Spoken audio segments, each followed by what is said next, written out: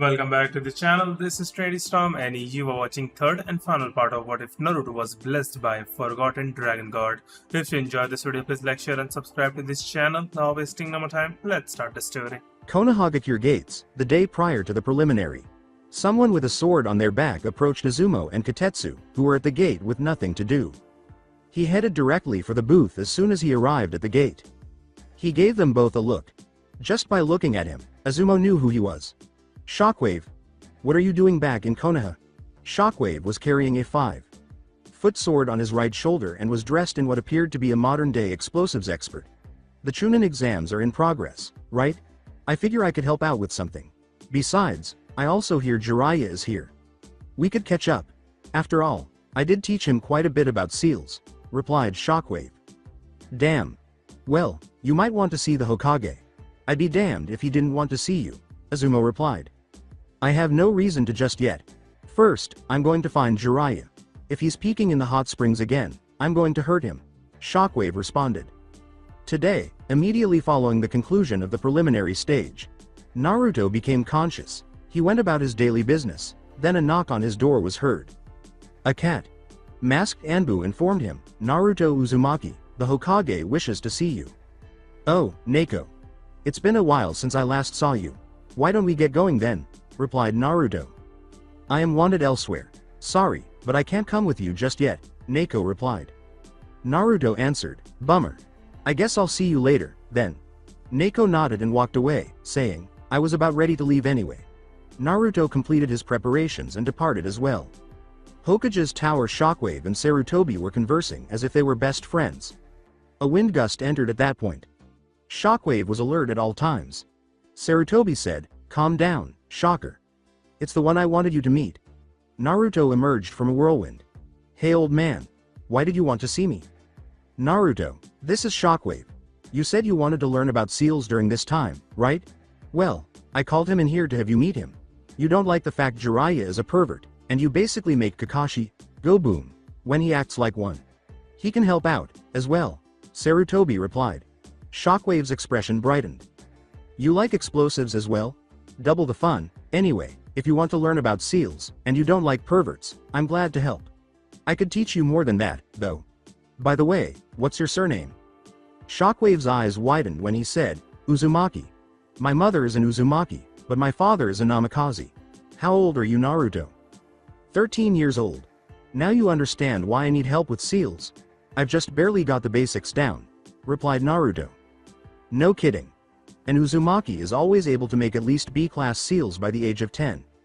If all you know is the basics, then you've got a lot to learn. Thing is, I haven't seen an Uzumaki in years. The last one I know of was Kushina. Not surprised.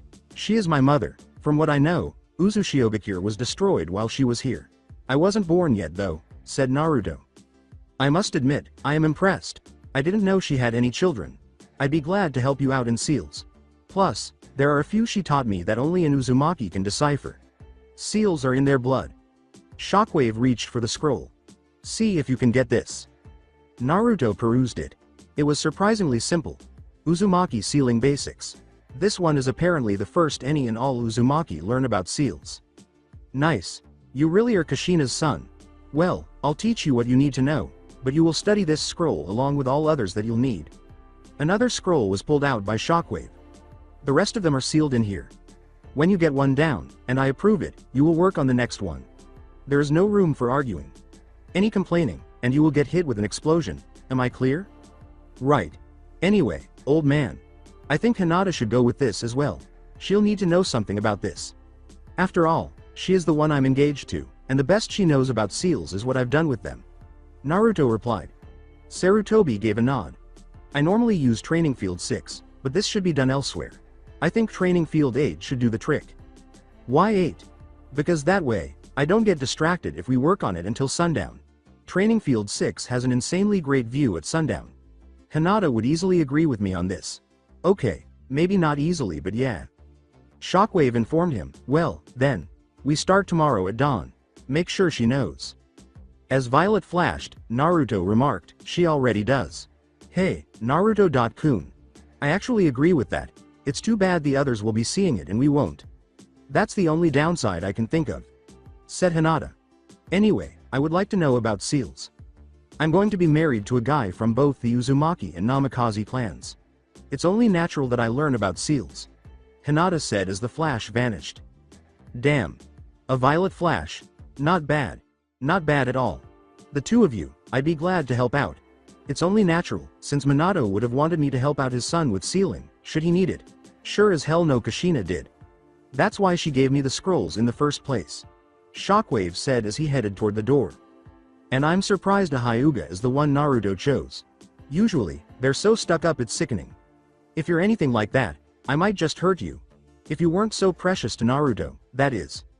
Uzumaki have one of the worst tempers to go up against. They have the Akamichi clan beat when being called fat. Shockwave left the room.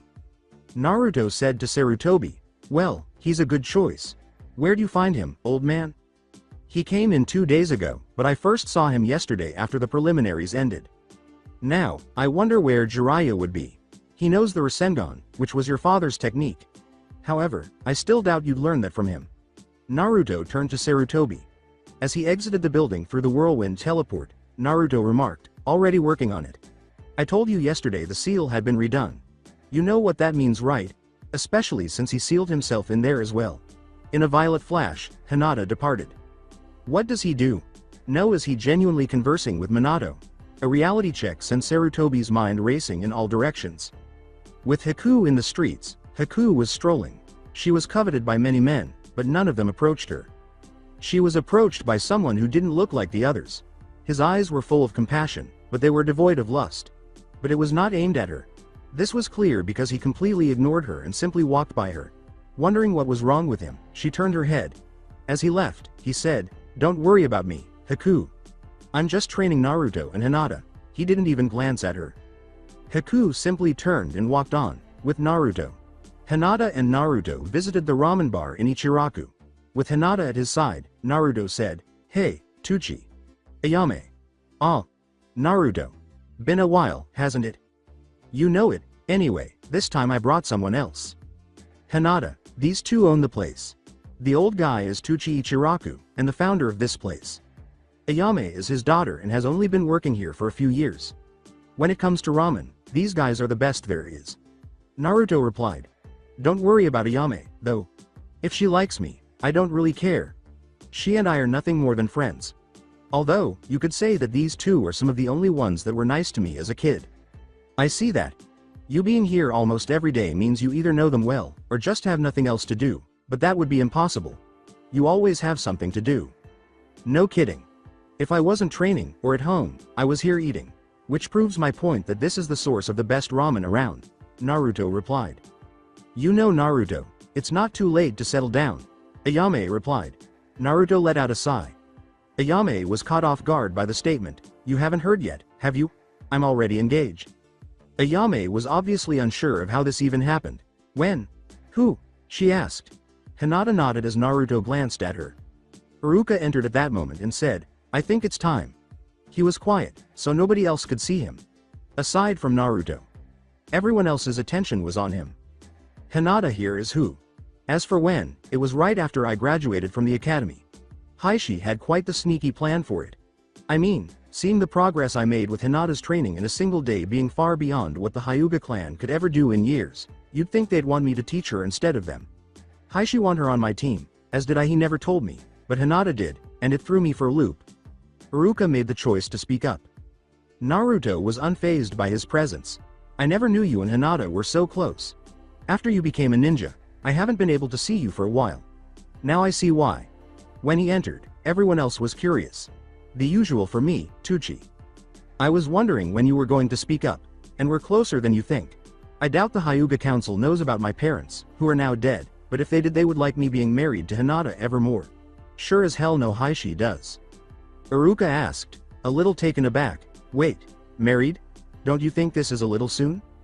Iruka's face actually registered shock as he said, yes, married. Hinata and I are engaged. How's that for being thrown for a loop? For the moment, he set that aside. Okay then. Anyway, how are things? It has been a while. Well, most of my abilities were sealed from an early age.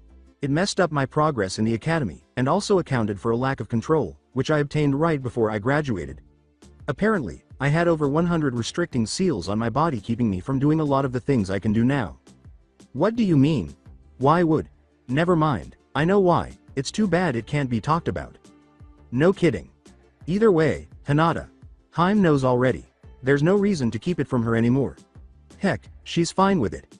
She's even gotten to talk to him, as have I. Iruka was perplexed and asked, what do you mean by that? Well, for a while now, I've been able to talk to him, and we call him Foxy. There are others we talk to there and Foxy is actually quite friendly. In short, he was being controlled back then. He actually wanted the fourth to kill him. I can't say anything else on the matter. At least my entire team knows. You want to know how everything went down in the Chunin exams, Iruka, sensei? Why not? Naruto described the events of the first exam. Iruka was taken aback. Not bad, Naruto. I'm surprised you could even do that. Are you sure you're not a part of the Nara clan? Naruto clarified what transpired in the Forest of Death, saying, yes, I sure. Anyway, as for the second exam, it was in the Forest of Death. He paused briefly when he reached the point with Orochimaru. Tucci, this is gonna take a while to explain. Why not get me the usual? Hinata doesn't like ramen as much as I do. To everyone's surprise, with the exception of Naruto, Hinata said, actually Naruto-kun, I take care of my order. I'd like 14 fully loaded bowls of ramen. One may not eat as fast as Naruto-kun, but I do know I can eat a lot, and not gain much weight. Also, I think I'll take up the explanation from here. Naruto-kun, you should start eating. Alright. Naruto said, eating cheerfully and without regret. Naruto stopped the gust of wind, and Hinata continued where he left off.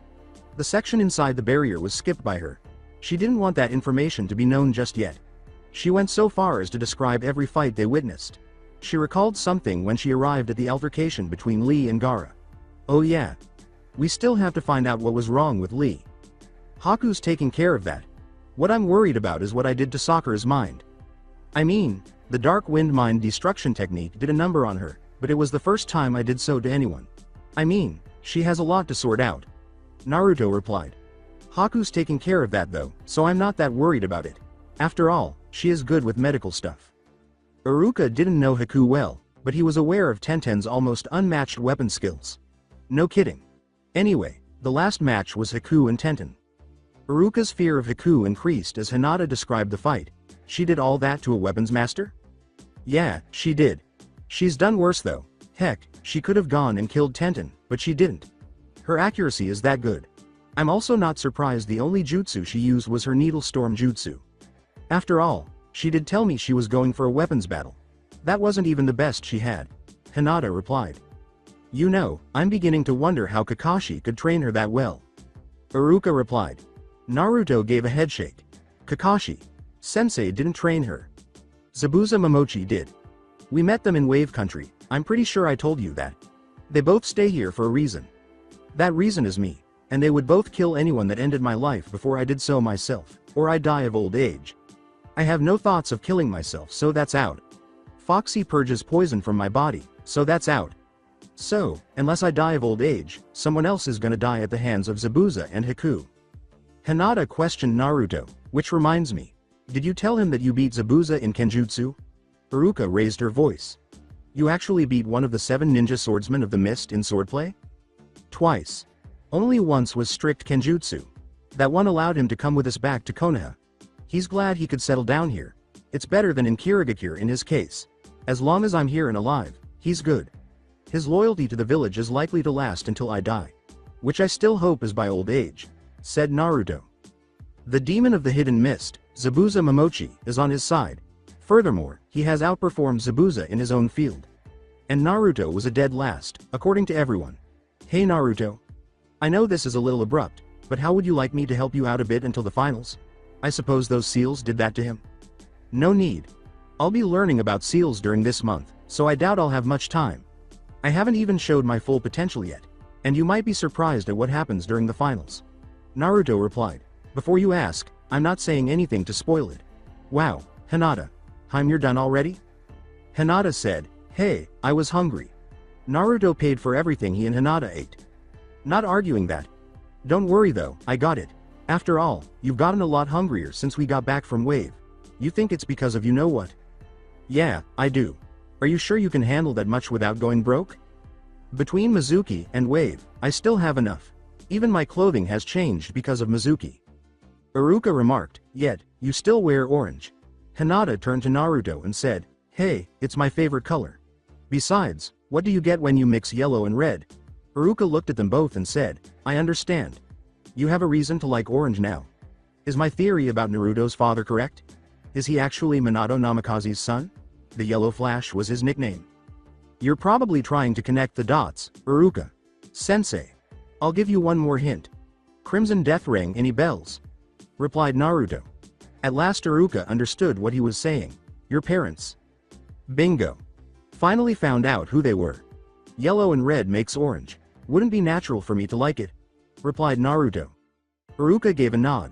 Looks like my guess was right. I still never thought it could be true, but now that I think about it, it makes sense. No kidding. Hinata. Haim, why don't we get going? I'm supposed to meet up with Haku soon to find out what's going on with Lee and Sakura. Naruto replied. As Naruto and Hinata departed, Naruto said, thanks for the meal, Tucci. Iruka, that kid is really something else. You're telling me. I had no idea he beat Zabuza twice in swordplay. It proves how good he is with a sword. Iruka replied. No kidding. With Haku, Naruto was awaited by Haku. I wonder what's going on with him. Naruto and Hinata entered at that very moment. Hey Haku. Naruto, Hinata. Well, Lee's injuries are far beyond that which I expected. Severe muscle damage, along with a shot nervous system. He also has several broken bones in his right leg and arm. In short, it would take a miracle for him to move again in the next month. Haku responded. At least that's what the doctors are saying. I have a feeling you're going to try the moonlight potion for this? You're right. We are. In fact, we know that the bones would be better. Kakashi. Sensei is the perfect example for that. The other two happen to be what we need to test out. After that, we know it works exactly how it's supposed to. Better on a few points, Naruto replied. Well, Inoichi Yamanaka checked out Sakura's mental state. It was completely shattered except for one thing. The only thing that didn't break or become corrupted, and this is his words, was you, Naruto. He found out she was hiding some feelings, but didn't realize it. I guess being a fangirl does that. Naruto was taken aback and asked, why would I even be in there? And hidden feelings? What hidden feelings? He couldn't figure it out, but for everything else to be shattered, even the memory of Sasuke, he knows that you were important to her, whether she did or not. More important than her crush on Sasuke. Haku responded. Naruto was caught off guard by that. Naruto remarked, for once, I'm at a loss for words. I think we should add something else to our things to test. If we could reverse the important mental damage, we could have more than just a healing potion. Actually, Rose and the others came up with something else. Moonlight Serenade was an actual item back then. You could even buy it. I happen to have 2 of them made, but have yet to try it out. If I'm right, this could be a test for that. Naruto replied. Haku and Hinata both nodded. Well then, let's get to the hospital and found out, Haku replied. Using Naruto's whirlwind teleport, they all departed. Konoha Hospital. Haku, Hinata, and Naruto approached the front desk. We need to see Rock Lee, and then Sakura Haruno. We may be able to help them out. Haku replied. The receptionist replied, the blonde one isn't coming in. Oh, and why is that? Is it because he's the so-called demon brat? I've got news for you, he's not a demon. I've seen inside his mind. I know full well what he is. Nothing in there resembles a demon. Unless you want a Hyuga as an enemy, I'd watch it if I were you. Hinata responded. The front desk agent was a little frightened. Even as they left, he remained terrified. Okay, he can enter. Upon arriving at Lee's chamber, Naruto produced a moonlight potion. He filled Lee's throat with it. After a few seconds of waiting, Lee leapt to his feet. What happened? Am I okay? Hey Lee. Haku, we need someone to give him a complete examination of the affected areas. Do you think you could do that? Asked Naruto. Haku gave a nod. She reviewed each piece, looking closely at each one. Then a doctor entered the room and said, their muscles are all good, but the nervous system is something I can't check. One of the doctors have to find that out. Hinata remarked, I'd say that was perfect timing. What are you doing in here? And why is he even up? He shouldn't even be able to move at this point. Actually, that's why this is perfect timing. We need someone to check out his nervous system. We know that the muscles are back to their usual state. Naruto replied. And the doctor retorted, "And why should I believe you?" Haku informed him, "Because I am the one who checked it. Having to help out Zabuza get out of severe situations for a while, you learn a few things about injuries." The physician gave Haku a look. The doctor's hand glowed green as he said, "Okay, I'll check it. But if anything else is out of order, I'm putting it on his head." His expression changed from one of anger to surprise. He was even more shocked than most people were angry when he finished and looked at Naruto. "How did you manage to pull this off?" "The same way I avoided sending Kakashi Sensei here for being a pervert. It's also the same way Gekko Hayate no longer has that lung disease. Which, by the way, he thanked me for." Naruto replied. Hinata and Haku gave Naruto a startled look. "I did it right before the preliminaries began. Anyway, what's the exact status of his nervous system?" "Perfect health. Muscles are good, bones are fixed and in the right position, and nerves are connected everywhere they're supposed to be, according to the physician." "Well, that covers the Moonlight Potion. Now all we need is the Moonlight Serenade. It's time we visit Sakura." Hinata replied. They were stopped by the doctor. "You mean, this was just a test?" "The last one for the Moonlight Potion. It's above what it was supposed to be. I think it's possible for the Moonlight Serenade to help out with Sakura's mental state." "I'm not sure, but it's worth a try," Naruto replied. Despite giving him a doubtful look, the doctor nodded. "If you could do this, I'm sure you could do something like that." Sakura's room was visited by Naruto and the others. They didn't question the doctor, but he followed them. "I think it would be better if Naruto goes in alone first. From what I heard from Inoichi, Naruto's probably the only one that could get close to her in her current state," Haku said. Naruto entered and took out an orange liquid vial. Sakura was asleep when he approached her. When she woke up, he was right beside her bed. Naruto. "Yes, Sakura. It's me. Something happened to your mind, and I think I know how to fix it," Naruto replied. "What do you mean?" "Apparently, your mind was put in a completely shattered state. From what I heard, there was something about me that you had been hiding. Do you know what that is?" "The only thing I remember is that I actually liked you. Nothing else can come to mind." "And Sasuke?" Sakura's question, "Who's that?" caused Naruto to look in surprise. He dismissed it in order to respond to her. "Sasuke is the one you've been going after all this time, not me." Hearing that last question, "I don't know what to think," Naruto replied. "I don't know. Everything else is blurry, but I know for sure that I like you a lot. I don't know what I did, what I can do, or why I'm in a hospital," Sakura replied. Naruto just gave a nod. "Well, I'll put it to you this way. Every girl his age wanted to be with him. You're his age, and you were one of them, on the outside at least. You even hit me a few times for dissing him. I think it would be better for me to remember why myself. I know I like you, and I don't think I'll forget that."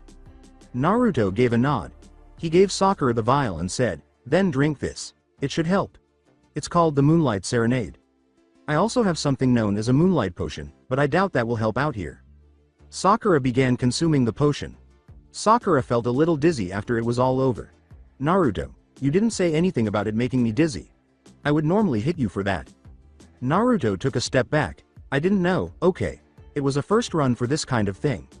I didn't know for sure if it would, but I figured it could help." "Well, it did. Now I even see why I went after him in the first place. Why did you help me with this, anyway? I mean, after everything I did to you. And with you putting me in this state to begin with." Sakura looked shocked and said, "Another first. I had to show Hinata that I wouldn't betray her. I mean, she is my fiancé. When did this happen?" "After I graduated. Her father put it under a clan-wide request for her to be teamed up with me. After seeing her progress in one day with me, compared to a few years with her clan, they agreed. Gentle Fist is not really her style, and I'll be learning more about seals, instead of training most of my techniques. Hinata, Haku and a doctor are outside right now, anyway. Should I call them in?" Naruto asked, receiving a nod from Sakura. "She's good. Come on in." Byakugan was active when Hinata entered. The other two arrived just now. "Wow, after what he did for Rock Lee, to go and do this. I am officially impressed," said the doctor. Sakura inquired, "What did you do for Lee?" "Well, let's just say Gaara tore his muscles apart, and his nervous system got shot from using 5 of the 8 inner gates. The Moonlight Potion fixed all of it," Naruto replied. Sakura merely gave a nod. "Hinata, I'm glad Naruto got you out of your shell. Consider yourself lucky to have him as a fiancé.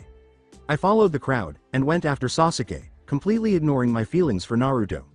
What he did in that fight showed me what I truly felt. It was the only thing that remained completely intact. For something like that, I guess that my feelings for him are stronger than I had for Sasuke. Sakura responded. Hinata shocked Sakura and the doctor by saying, well, you might want to know something else. Naruto.kun is going to be placed under the CRA sometime in the future. You know what that means. The doctor was watching the conversation with a look of amazement on his face. Why would he be placed under the CRA? He's always been an orphan. Wait a minute. His parents. Do you know who they are? He asked. Naruto remarked, Hinata, we're going to need some privacy for this. The walls glowed green as he went through a series of hand signs. My father was the 4th Hokage.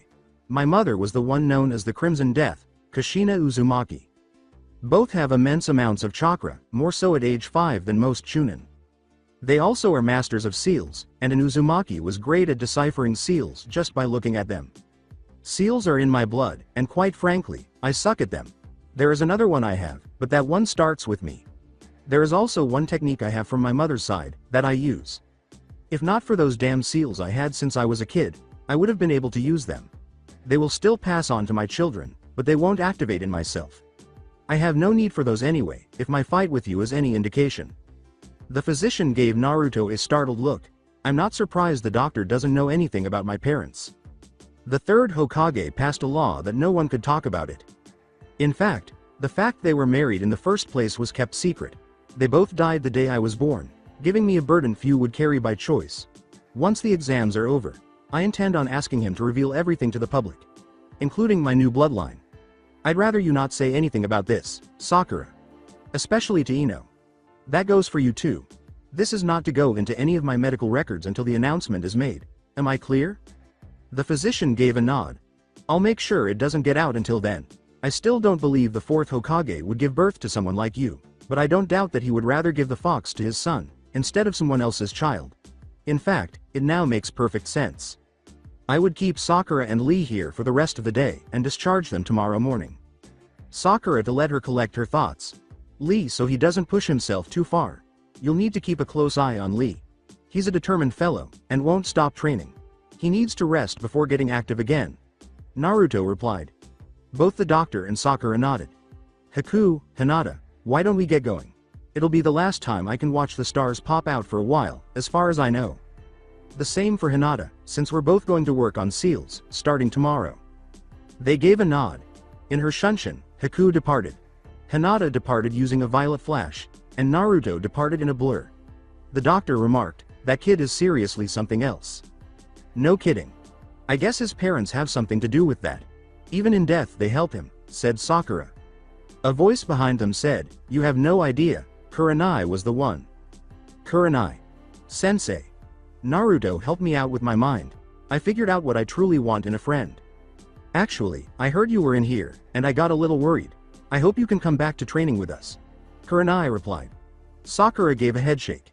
Not until tomorrow. I just had my mind assembled. I won't be going anywhere until I can gather my thoughts and sort them out. Also, if you run into Ino between now and then, tell her I don't want Sasuke anymore. I didn't have anything more than a stupid schoolgirl crush on him. The one I really liked all this time is Naruto. Kurenai gave a nod. Should I tell your mother this as well? I was planning on visiting her later on today. Oh, hell no. She shouldn't know about that until I can get her to forget about hating Naruto. With what Naruto has planned, I would expect it soon, Sakura replied. What would that be? Sakura winked at Kurenai and remarked, I'm not telling, however, this doesn't do anything to my feelings for him. You'll have to wait and see. What he did to me back in that arena helped me, more than hurt me. My true feelings were suppressed, just so I can follow the crowd. Well, not anymore. Now, I'm going to be working on my training more than anything else. I'm sure I can think of something using my chakra control. Kurenai gave a nod. She seems to be taking this seriously. She hasn't shown me this much resolve yet. If you need help, don't hesitate to ask. Although, with your control, you could probably follow the steps of Tsunade of the Sannin. I think I can help with something like this. Kurenai nodded when Sakura remarked, I figured as much. However, I think I should learn Genjutsu, since she isn't in the village. That happens to be my specialty. I can't help much with clan technique, so I can't really train Kiba or Shino effectively. You on the other hand have no specialty, meaning you still can learn from me. With your control, you would cut it as a medical ninja or a genjutsu specialist. Sakura gave a nod. Kurenai nodded and walked away, saying, I'm going to get some rest. See you next time, Kurenai. Sensei. She was closely followed by the doctor. Hey, Sakura. I thought you should know that my godmother happens to be Tsunade of the Sannin. My godfather happens to Jiraiya of the Sannin. Jiraiya is a pervert, but aside from that, he's good. From what I hear, Tsunade is the best medic ninja so far, but is a heavy drinker and gambles to forget any pain she has. Sakura said, Naruto? Are you still here? In a room that was deserted? No, not in person. I'm talking to you via a mind link. Just think what you want to tell me, and I'll hear it, until the connection is broken. Anyway, I thought you should know more about me. There is something else that you should know. I was born on the day the Kyuubi attacked. My father, being the one who supposedly killed the Kyuubi, died that day as well. Knowing all of this, what would you say is my burden? You mean to tell me you hold within you the Kyuubi? Is that even possible? Yes, it is. In truth, I'm a lot nicer than you humans saw that night. Sakura exclaimed, Whoa! What the hell was that? That would be Foxy, the one you know as the Kyuubi. I still don't get why you're talking with her, after all. Don't even go there, Foxy. I know you were supposed to be the guardian of forests and a natural prankster. Besides, you even asked my father to kill you, and instead he sealed you within me.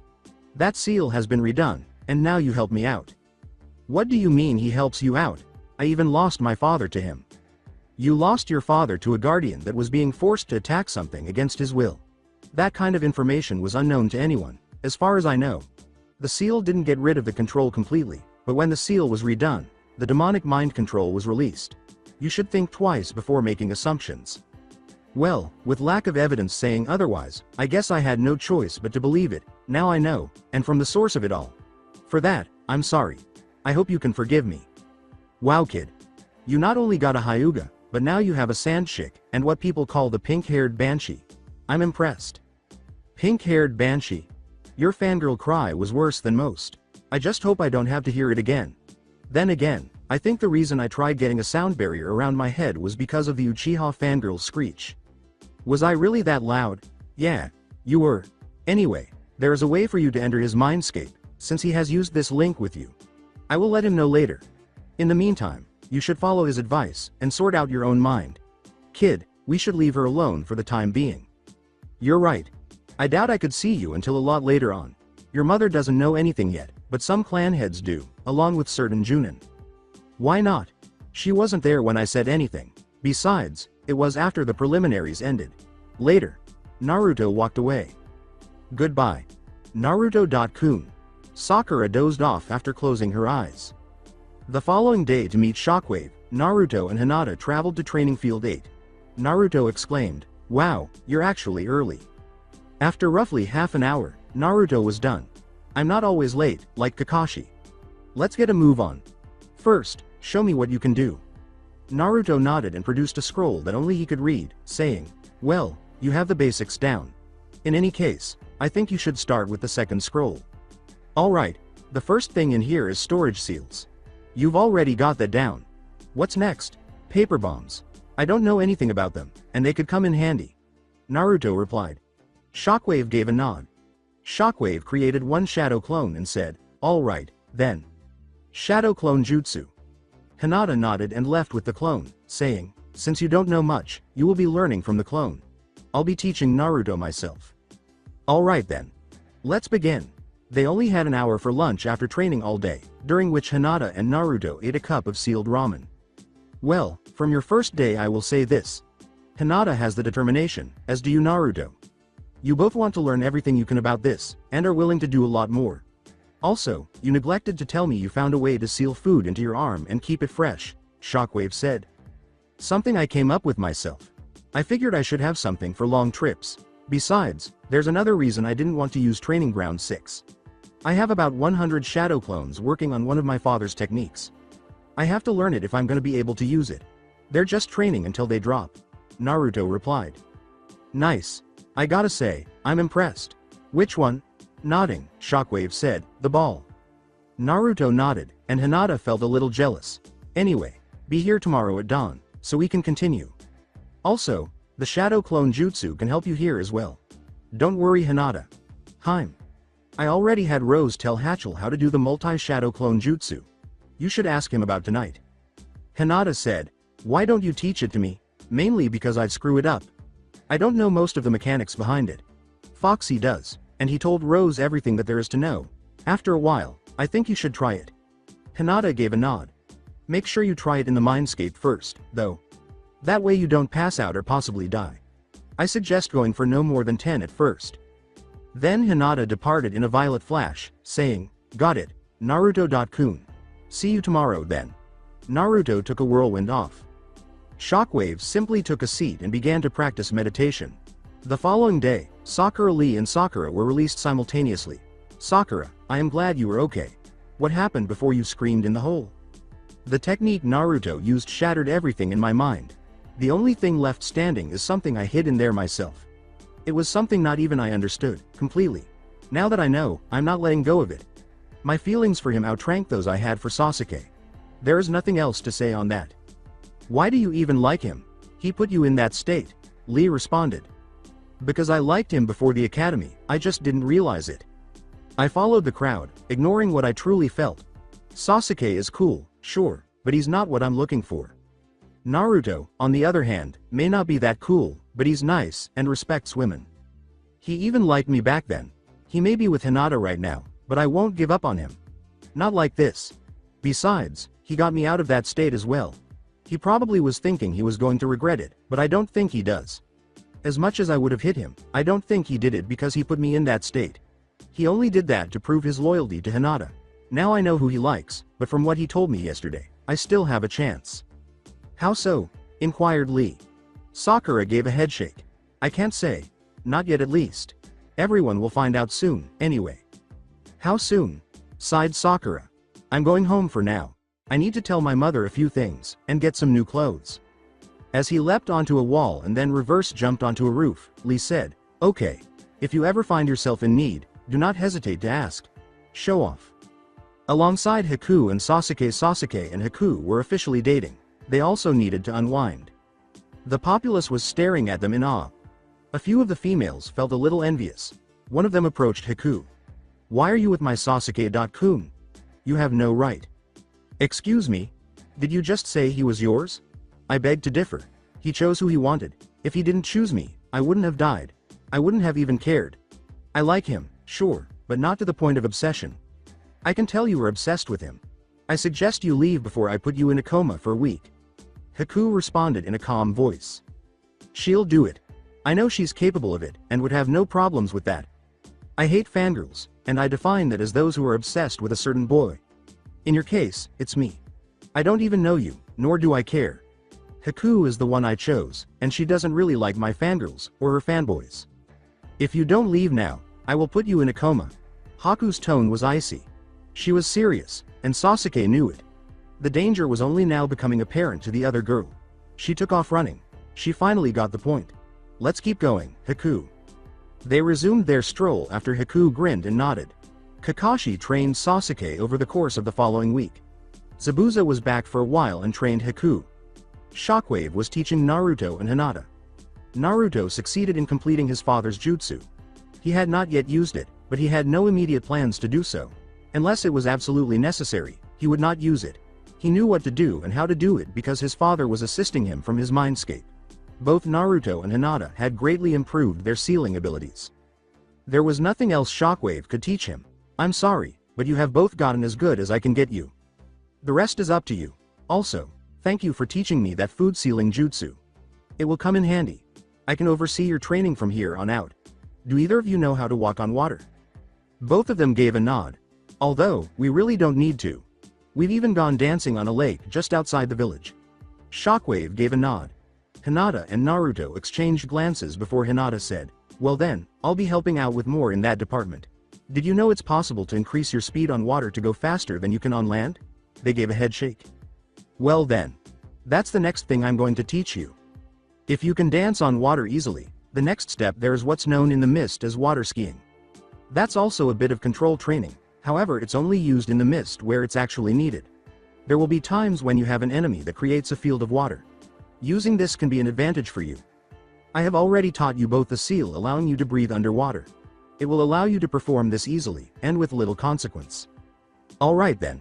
By the way, you wanted to know how I usually made Kakashi stop being a pervert, right? Shockwave's pupils widened.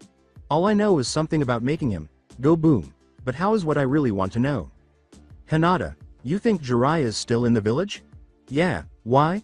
Hinata grinned when Naruto remarked, I think it's time to give him a dose of the bombshell harem. Hey, I think someone's trying to spy on the women's hot springs. Let's go bust them, said Naruto. They located the offender after fleeing through the trees. Why don't I find this surprising? Naruto pondered. Minato told him, he's a massive pervert, why else? Point taken. Naruto said softly to the others, okay, both of you stay here. I have a pervert to bust. After he vanished, Jiraiya was encircled by white lotus petals and red, pink, and white rose petals. He was unaware of the implications of this. Before him, a number of hot blonde beauties materialized, and the only thing hiding them were clouds surrounding their delicate spots. While he was battling a nosebleed, they came fairly close to him. He stopped trying to stop the nosebleed as soon as they were close enough to touch him, but he remained conscious. Then there was a blast. At the hot springs below, a number of girls were attempting to unwind in the hot springs. They focused on an explosion coming from the vicinity. This girl remarked, I guess another pervert was busted. Another girl remarked, no kidding. At least we know there is an anti-pervert around. Anko was present and was already aware of the village's anti-pervert situation. You're never gonna believe this, but the one who's doing that is a genin taking the Chunin exams. A few of the girls looked in Anko's direction. Who is it? All of the girls were curious about who she was referring to when she said, if you're at the finals, look for a blonde male in the first match. That would be him. His opponent is Choji Akamichi. Since it has been going on for a while, it is obvious that he was from the village. Well, don't leave us hanging. Fill us in. Nope.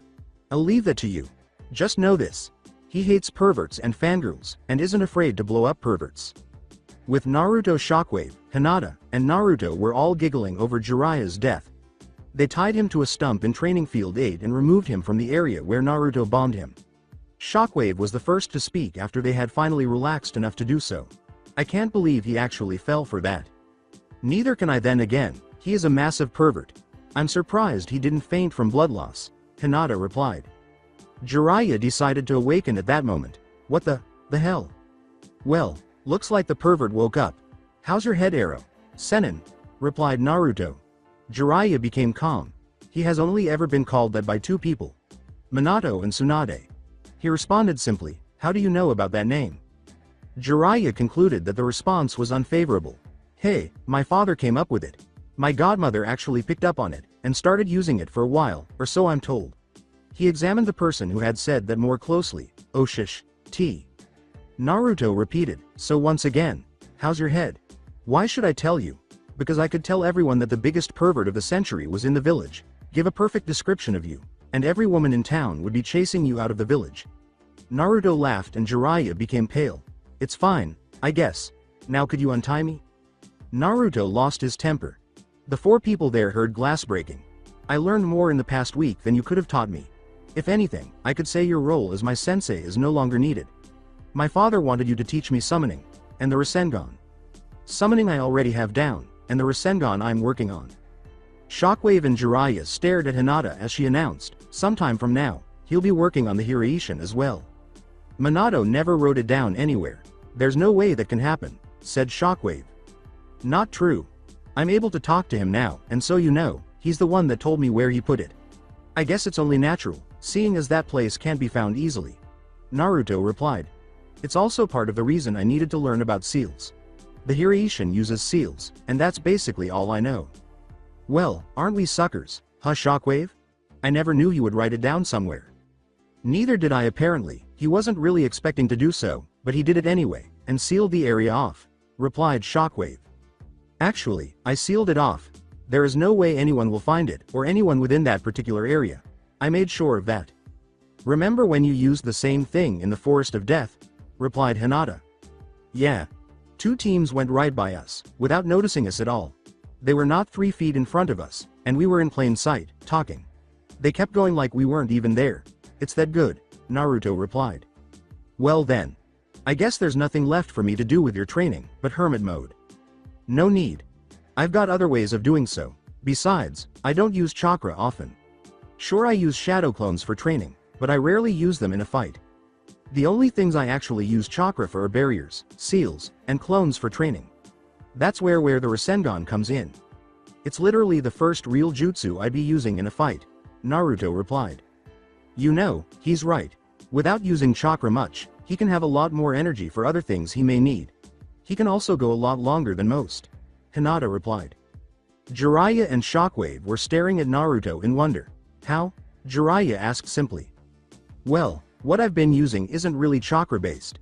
I know about the hermit mode giving you more chakra. In my case, what I gain isn't chakra, and can only be used in said form. Well, I did hear you have a spy network. Hear anything about dragons, or the like? Replied Naruto. Jiraiya said, so you are responsible for the recent dragoon sightings? And Naruto nodded. Yeah, that was me. Hinata. Haim is also another one. I can become 3 different ones, and combine them as well.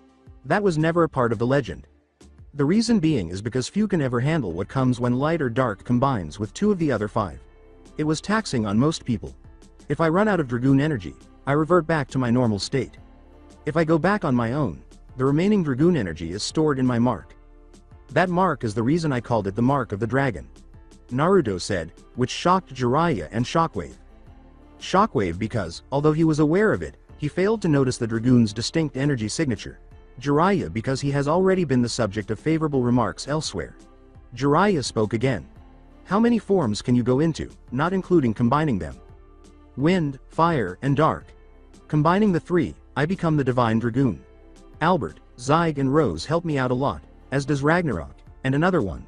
She isn't aligned with the dragoons, but she is a dragon. Her name is Oyuki, and she's an ice dragon. I only have Hatchel, and he's lightning-based. Then again, I also have Valti Yistu, elder of the Black Dragons, and a natural water element. He also has wind and fire in his arsenal. Come to think of it, I have 4 elements in my arsenal, and I have already combined 2 of them once before. I figured as much. That try. Element blast you used in the preliminaries had ice in it, which is water and wind combined, Naruto replied. Okay, I think I've heard enough. Let's get working on things. Shockwave trained Naruto and Hinata in water skiing for the next 2 weeks. In 2-on-2 sparring, they also faced Jiraiya and Shockwave.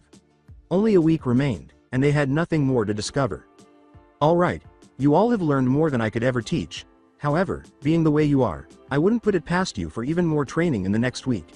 Jiraiya replied. Shockwave gave a nod. While there is more I can teach you, none of it actually will work in your favor except for one of them. That one will give you access to a wide training ground that only those with said technique. It was the old Dragoon training grounds. The eyes of Hinata and Naruto grew wide. Well, don't just stand there. Fill us in. Well, first off, there is more to this technique than most think, being as only a Dragoon can enter normally. You two will have little problems entering, as would anyone of your mark of the dragon bloodline Naruto. In short, you have to go through 10 signs and then walk, or run, into a tree. You would pass through it, and end up on the other side. Time is different there. In addition, gravity there is about 5 times that of here. Hinata inquired, what's the time difference? Well, the ratio for time is 24:1, here to there. This means that for every day there, it's an hour here. What's more is, the aging process works naturally here, but is slowed down by the same extent there. This means you can get more training in, and your children will be far ahead of their generation. Shockwave continued. Just be sure not to grow a superiority complex like the Uchiha clan did. Their eyes did that to them. And this training ground will do that as well. Jiraiya concluded. I know one thing for sure. Arrogance is one thing I utterly hate. If any of my children gain arrogance, I would show them what happened to the Uchiha clan. In truth, it happened because of the arrogance they gained over the years, not just the fact they were planning on betraying the village. In fact, their superiority complex, pride, and arrogance led to them wanting to overthrow the Senju, which, for the longest time, was Hokage. They hated the Senju for that, and in turn, they wanted them dead. That's when planning for the revenge of Madara came along in the clan. In short, I'll be bringing up children that hate arrogance and ignorance. Pride is good in moderation, but not in excess like the Uchiha and most of the Hyuga clans, said. Tell me about it. One thing for sure, I wouldn't have out family any other way. Now let's get this technique rolling, Hinata replied. Shockwave nodded before outlining the 10 warning signs and what would occur. Both of them nodded and repeated the hand signs a few times to make sure they were correct. Then proceeded to run through a tree while performing them.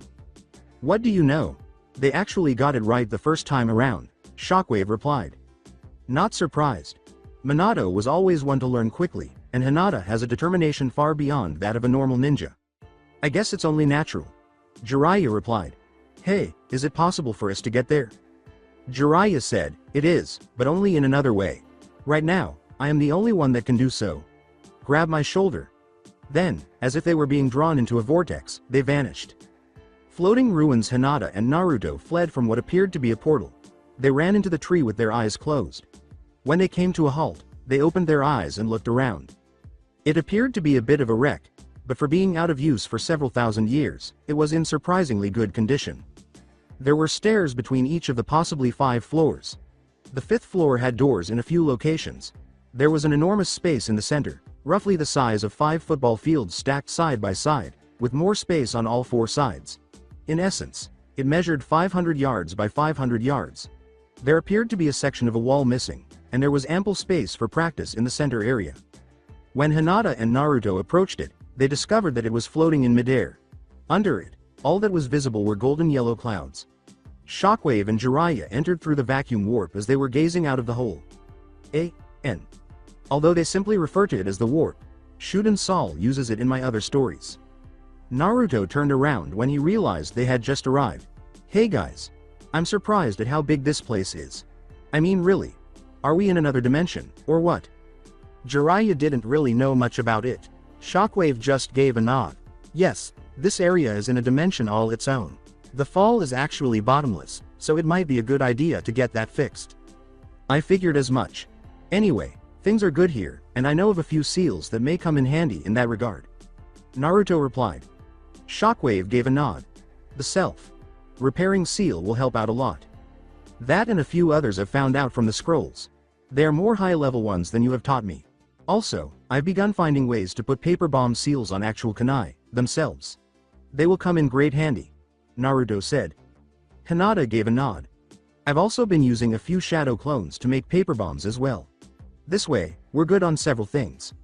I've made about 200 per day for the past week or so.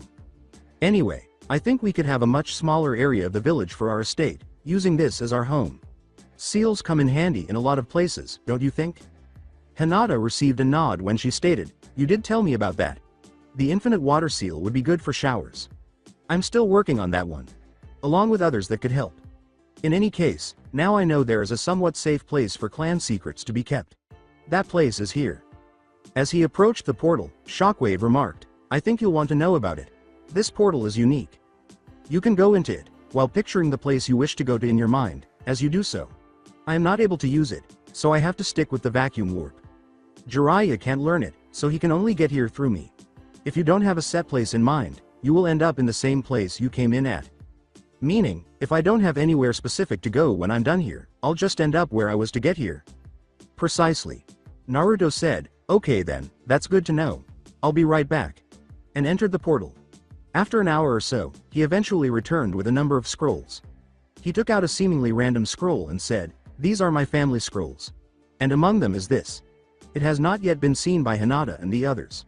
There was only one conclusion drawn from this. That's where the Hiraishin was kept. Far as I can tell. There's a blood seal on it, meaning only I can open it, right now. Naruto replied. Shockwave shrugged his shoulders and said, I won't be doing so just yet. By the way, is there a library here? Naruto, who had already located a room that was a little bit ideal, said, well, then, we'll make one. Leaping to the 2nd floor, he entered a doorway. He discovered that there were already some bookshelves in the space. As Hinata and the others entered, he wrote a few seals on the wall and said, this place needs some serious cleaning. I'll work on that soon. In any case, we need some good seals, and I know a few that would work. By the time he was done, the room was fixing itself and clearing away some dust. As Naruto placed the scrolls on one of the bookshelves, Shockwave remarked, the self-repair seal should be placed in a different room, to affect the entire area. I know where that room is. I figured as much, but this room would be the library. There are other books that we'd need, such as ninjutsu, kenjutsu, and even taijutsu. Genjutsu is not likely needed, due to my family's naturally high chakra, leading to poor chakra control when you start out. Other than that, only the basics are needed. They entered a room after making their way to the 5th floor. As they entered, they discovered a kind of altar. Shockwave started to say something, but he stopped when Hinata and Naruto approached the altar. They began creating the seals after making a few hand signals. There, along with a few others, was the self-repair seal. That's everything we need for now. All that's left to do is wait for a while, and the entire place will be fixed up and clear of dust, mold and the like. Naruto said, receiving 3 nods. Well, since that's everything we can teach you, we must be going, Jiraiya replied. Well, if you gotta go, you gotta go, and if you gotta go, you might as well go in style. Shockwave replied. Jiraiya nodded and said, grab my shoulder. They then departed through the vacuum warp. They left Naruto and Hinata alone. Who knew they did that? No idea. We should get going too. I'll be moving some of my stuff in here next time we come, Hinata replied. As they exited the room and descended to the lower level, Naruto remarked, got it. Well, we should get going. We can relax for a week or so, but I'll still be working on the Rasengan. When I finish it, I'll let you know. They entered the portal. Practicing Field 6, about 100 clones were still engaged in the Rasengan's development. They've started using one hand to train it. So far, this has had only modest success. A clone was startled when Naruto and Hinata emerged from a tree. Hey boss, how's things? While the rest of them just dispelled 10 or 11 at a time, waiting roughly 15 seconds between each one, Naruto remarked, good. Well, dispel at about 10 at a time. We have better things to do, like relax. Naruto positioned himself and began to meditate. As long as the others didn't annoy him, he knew that resolving the issue would be simple while meditating. After raising an eyebrow, Hinata sat down beside him to assist him. The Chunin exam finals were taking place that day. In front of Hayate, everyone who was meant to be there, aside from Sasuke, was lined up. The audience was screaming for action of some kind. They had had enough of waiting. As time went on, the crowds grew in size and volume. With the crowd, Naruto and Hinata felt a little uneasy. But there were far more women than he had anticipated. He was unsure of the reason. Naruto-kun? There's a lot more women out there than I thought there would be. Any ideas on why? Hinata replied to Naruto. Actually, I do. The past week I have heard that an anti-pervert was in the finals of the Chunin exams. I wasn't able to get a description, but if I had any guess at all, I'd say they came for you. They wanted to see who was busting the perverts, and knew he or she had to be from this village. If they have the hair color, you're the only possible choice as to who it is, replied Hinata. Naruto received a nod when he said, well, then, I think I'll have to drop the bombshell. Here. I'm not revealing you. No. What just yet?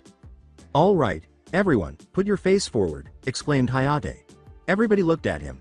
Where's the Uchiha? He should be here by now. Naruto questioned, what if he's not here by the time of his match?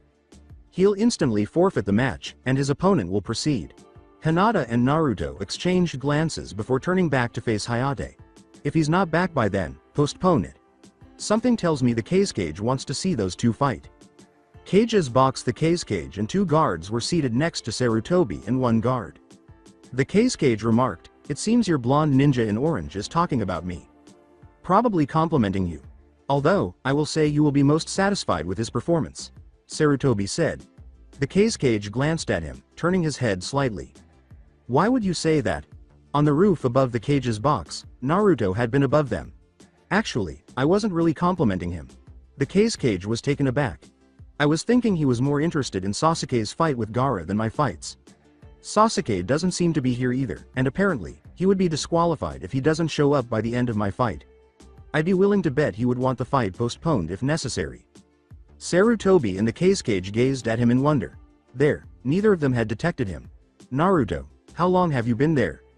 Naruto remarked, about an hour. I'm just a clone though. The real one is down in the arena, since he has the first fight. I will say this, though, I won't be using any of my usual specialties, or the new things I have. Given my opponent, I won't really need them, unless I go up against Hinata, which wouldn't be until the finals, or Gaara. Also, I worked around a problem I had regarding 2 things I have.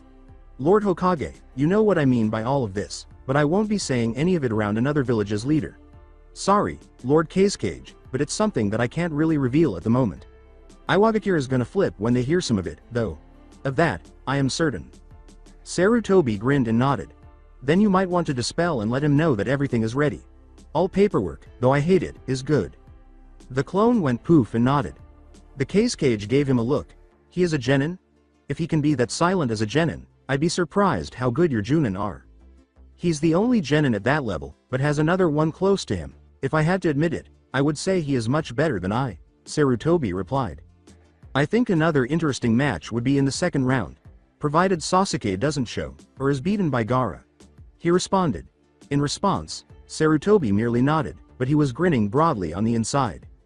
Arena Naruto and Choji stepped forward, and the others left after saying, all right, now that all the questions have been answered, the first two combatants will stay here and the rest will head to the waiting room. In the stands everyone, especially the women in the crowd, was taken aback. One of them was blonde, and they are both Leaf Ninja. Naruto was the center of attention for everyone who heard Anko's description that day at the hot springs. Hey, is that him? What do you mean? He may have blonde hair, but it couldn't be him. That's the prankster, and the demon brat. There's no way he'd be the pervert that's been blowing up the perverts. Another person responded. And there was Anko. You'd be surprised, and he has a name. He's done more than I could ever think of, and that's saying something. Anko caught the attention of most of the local women. Hey kid, you gonna use that little technique you told us about? You know, the one you use for the perverts? Yes, Anko. He is. However, right now, he is focusing on the task at hand. I would advise you to not interrupt the fighting, lest you lose focus. Albert responded.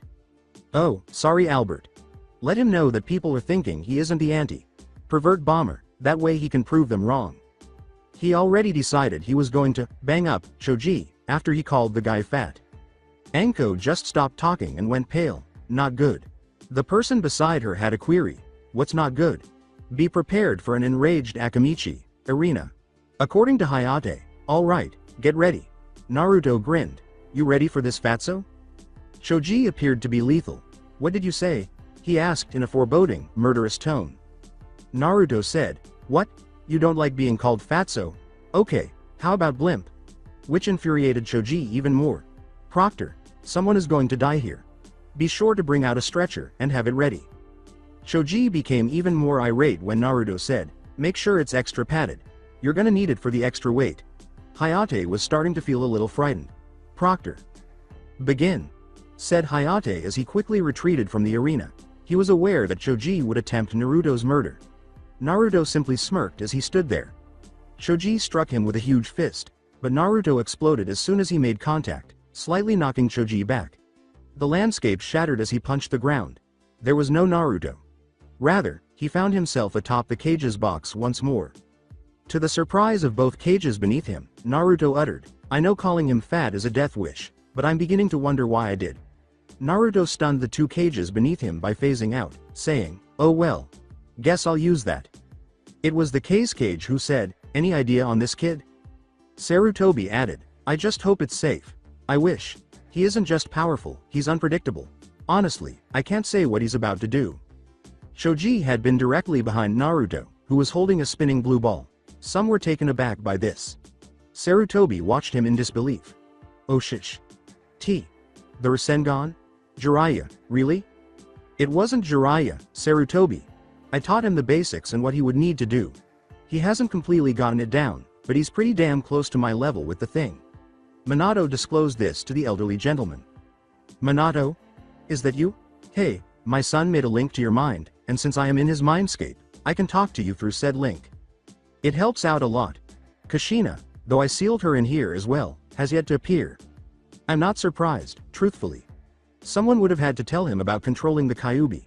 However, there is no longer any need for that. He is free to roam Naruto's Mindscape, and even talks with Hinata.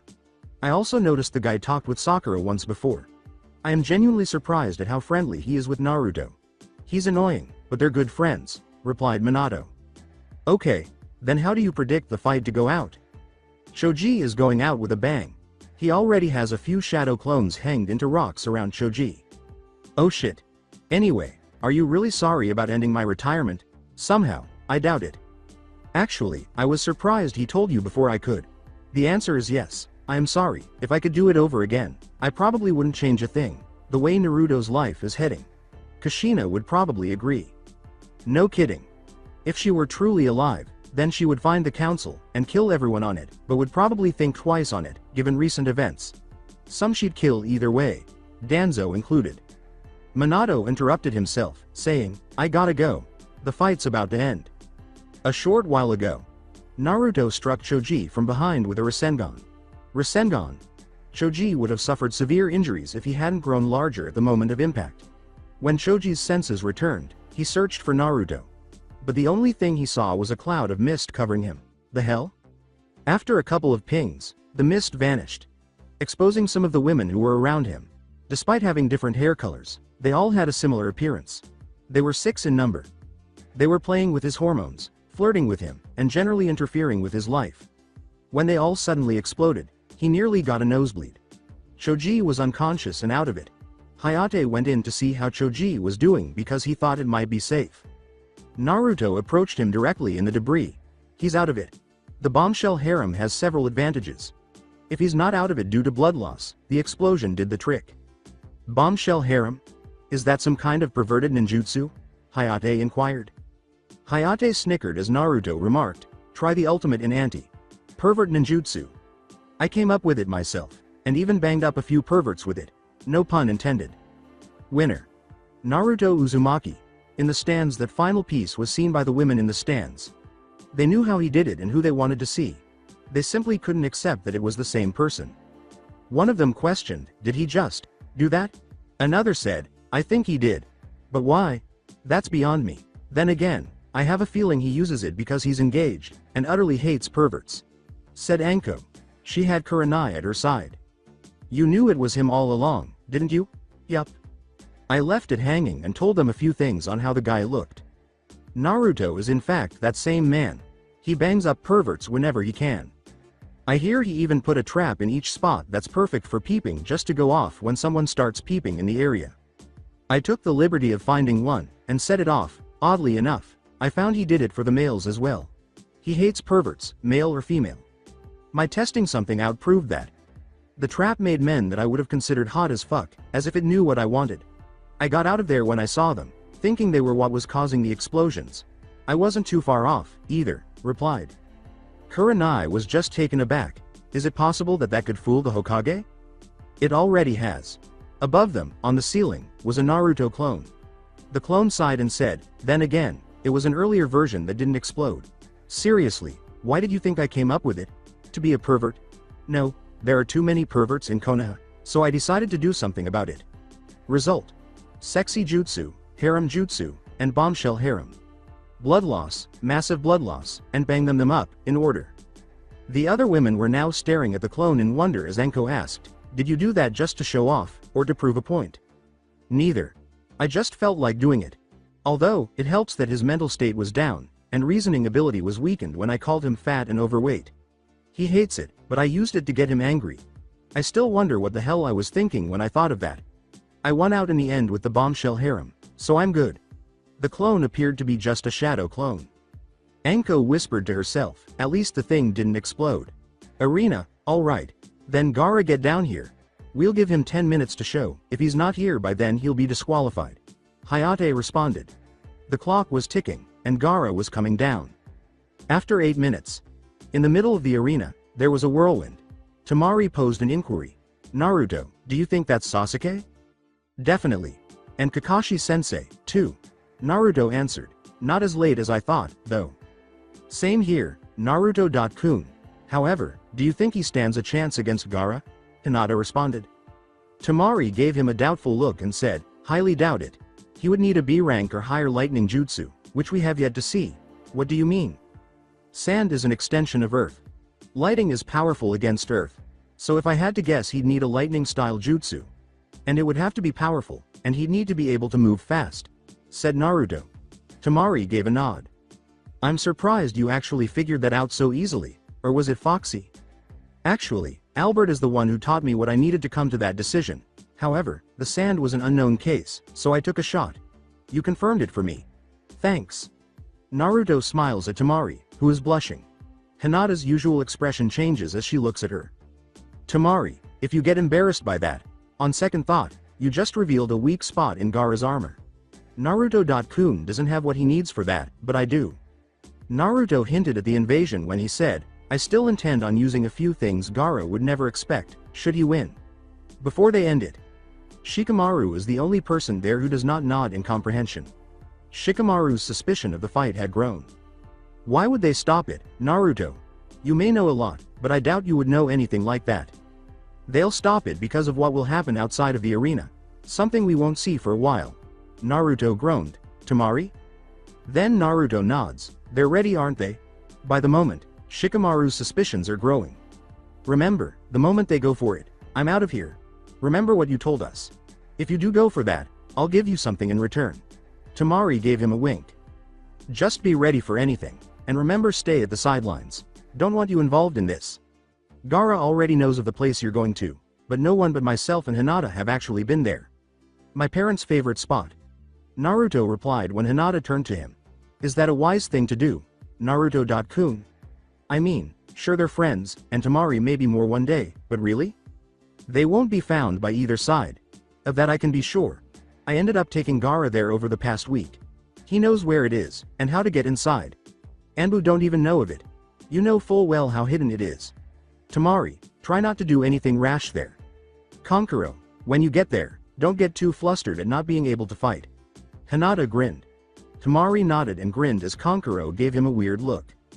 Thank you. Arena Gaara had Sasuke standing in front of her.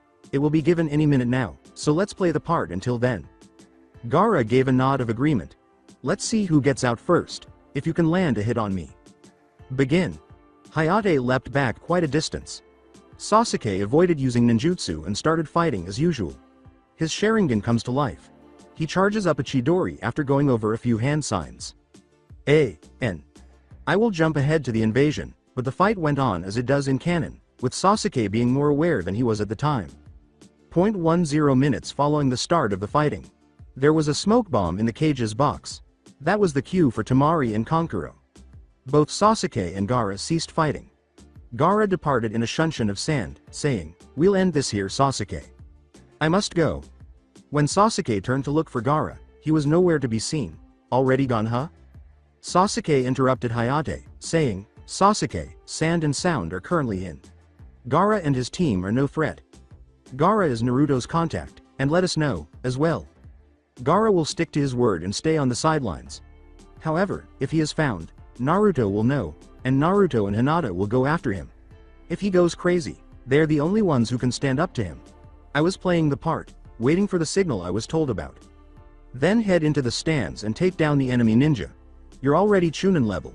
If you consider yourself a shinobi, help out in the village. Sasuke said, Yes sir, and drove off in a shunshin. In the bleachers, Sakura was nearby, curious about what was happening. Kakashi. Sensei, what's going on? You're not in the loop, so I'm not surprised you don't know. My entire team found out about an invasion, and planned accordingly. Naruto and Hinata are currently after Gaara and his team, while Haku is somewhere around here helping out. Kakashi stated to her while eliminating 7 ninja. Sakura recalled something Naruto had said. What good are those two going to do? They were the worst in the academy, at that moment. Rewind. Sakura and Naruto had come to observe the scenery from the Hokage stone faces. Sakura had a question for him. Naruto, if you were always this powerful, why did you act like a dead last during the academy? Naruto sighed as he turned to face her. It's not like I had much of a choice in the matter.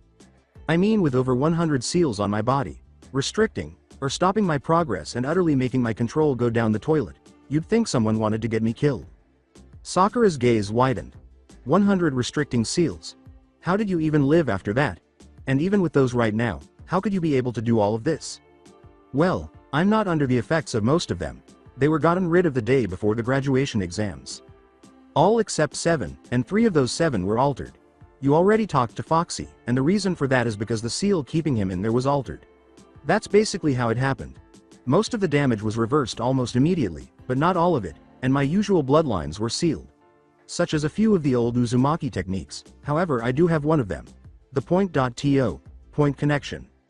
Kid, they all are gone, aside from the ones keeping me in here. Sakura, I think we should have a little talk with a fox. Sakura gave a nod. They both began to meditate. Mindscape. What do you mean they're all gone? I thought Albert said he couldn't remove them. Foxy asked Naruto. Exactly what I said. The last 4 are gone. The effects cannot be reversed, but any children you have will be able to use them. So what you're saying is, the bloodline techniques that were sealed have been unlocked, but he can't use them himself? Sakura inquired. She's quick. Aside from being the pink banshee, she's got quite the head on her shoulders. For some reason, I feel like banging her. Naruto startled the fox by saying, don't even think about it, Kyuubi. He is never referred to as Kyuubi by Naruto unless he has done or said something completely incorrect. What did I do this time? Naruto's tone was deadly serious as he said, don't pretend you don't know. You know as well as I do what will happen if you do that to her. Sighing, he says, oh that. Sorry, I was just thinking out loud. I know I really shouldn't do that. Sakura gives the fox a look. What are you talking about? I know that getting it on with him is not a good idea, but I can't think of anything that could be potentially dangerous. You didn't tell her, did you? Naruto shocked Sakura by explaining what would happen if they did, saying, she was better off not knowing about that, but since you went and said that, I have no choice. That's not good. I know, and that is exactly why I thought you'd be better off without that little debt. Naruto was disconnected. Sakura asked, is it possible to do that sometime in the future? Which left Naruto speechless. Foxy turned into a 22-year-old human male and glowed red. I guess. I don't know, however, I think I should show you my human form. His skin was somewhat pale, his hair was red, and he was buff. His eyes remained the same, but his ears changed to those of a typical human, and his tails disappeared. He was roughly 6 feet 2 inches and had the appearance of a strong fighter without being overly so. This is how I look when I'm human. Since I didn't use human form very often, only Hinata and Minato will ever know that I look like this. Sakura was serious about everything she said. Anyway, I strongly advise you not to tell anyone else about this. If you do, my first course of action would be to rape you or skin you alive. Sakura nodded just as Naruto opened his mouth to speak, saying, don't worry. I can see why you would want to keep such a thing private.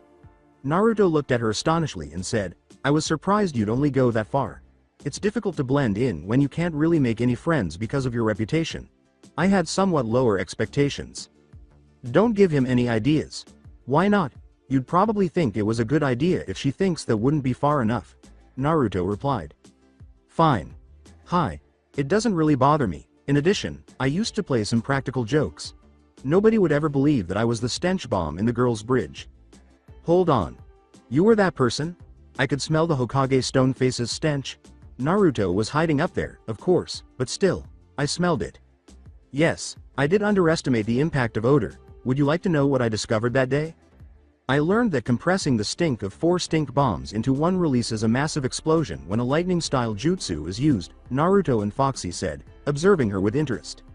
After exchanging glances, Naruto grinned at Foxy and said, I think we should try that sometime. Next person to diss you, Hinata, or anyone you consider close, do it to their house. Sakura remarked, exactly as I thought. What does that mean to you? I would have done that. I actually once did that to the orphanage. I don't know why I did it, but I had to evacuate half the village that day, Sakura said. I simply did. She's really pretty good, you know. In fact, I would like to have her if my mother was okay with it. My father has already come to terms with her. However, Naruto stated, it would probably seem too much for my mother to have 2 girls already. Flashback termination. N. Since the flashback was growing too lengthy and the majority of it was unimportant, I stopped it there. Sorry, I understand. Don't worry about that. I can assist you with a few things. Sakura got up going for a punch to an incoming enemy. She connected and the guy went all the way over to the opposite end of the arena. Sweet. It worked. Guy was staring at her in wonder when he flipped someone over to the arena from behind. Sakura said, nice toss, Guy. Sensei. Yush, Sakura and Guy teamed up, and when Guy occasionally hit her, she kicked the incoming enemy, creating a few craters in the arena. One of them was hit by an uppercut, and it went straight through the ceiling. Asuma exclaimed, wow, nice hole, after eliminating another opponent. I'm grateful. I didn't enhance that one like I did the others, Sakura remarked as she cracked the wall with another enemy punch. That seems to be the typical extent. Slack. Jawed, Kakashi asked, what do you mean by enhancing? Sakura hit another one out of the stands and said, I'll tell you later. If we survive this. Then she had an idea and performed a few hand signs. Okay. Let's see if it works like I hope it does. Tsukuyomi. Anyone that was hostile towards her simply collapsed, sucking their thumbs. Sakura fell to her knees. Damn. It required a lot of chakra. Sakura. How did you accomplish that? Kakashi asked right next to her. No time. In roughly 2 minutes, it should wear off if you tie them up that way. The Chunin began tying them up after Sakura took a soldier pill and ate it, but they might not be the same after that. Kurenai, who was now nearby, observed the aftermath and asked, Sakura, did you use the Tsukuyomi on them? Kurenai inquired. It was a long shot, but it worked like I wanted it to, she said simply, nodding. However, it depleted my chakra. I doubt I'll be able to make it to the hospital in time, but I have to get there. Kurenai nodded, and Kakashi turned to face him. What are you discussing? Although I'm not familiar with all the specifics, I would explain it myself. She actually came up with the concept. I'm not sure how, Kurenai replied. Sharingan Mangekyo. There is only one person with it at the moment, and he is not in the village. While I was in the academy, I broke into Sasuke's house. Tsukuyomi was in one of the scrolls one discovered. I committed it to memory despite my doubts about my ability to master it. I brought up Genjutsu to Kurenai Sensei when she attempted to teach me about it, but she was completely ignorant of it. I only gave her a few of the fundamentals. Sakura remarked, I didn't tell her that I was going to try to implement it without the Mangekyo Sharingan. As Kurenai put it, you didn't tell me it was a Uchiha Jutsu. Well, there were serious drawbacks to the original. As you can see, it causes the Amaterasu and Suzuna to lose some of their vision. The problem is that my eyes aren't even impacted at the moment, and I don't have the eye for it. One possible explanation is that I used it with my eyes closed. I was still surprised that it worked. Kurenai, Asuma, and Kakashi all gazed at her in wonder. Well, no matter how good they're at Genjutsu, they won't be waking up until it wears off. Yes, she used it on me, Kurenai said, turning heads. I can vouch for that. Over the course of 72 hours, I had multiple episodes of my worst nightmare. When I eventually awoke to reality, I discovered that I was lying on the ground and that only 3 minutes had passed. Despite my best efforts, I was unable to escape. I even attempted to expel my chakra all at once. Nothing.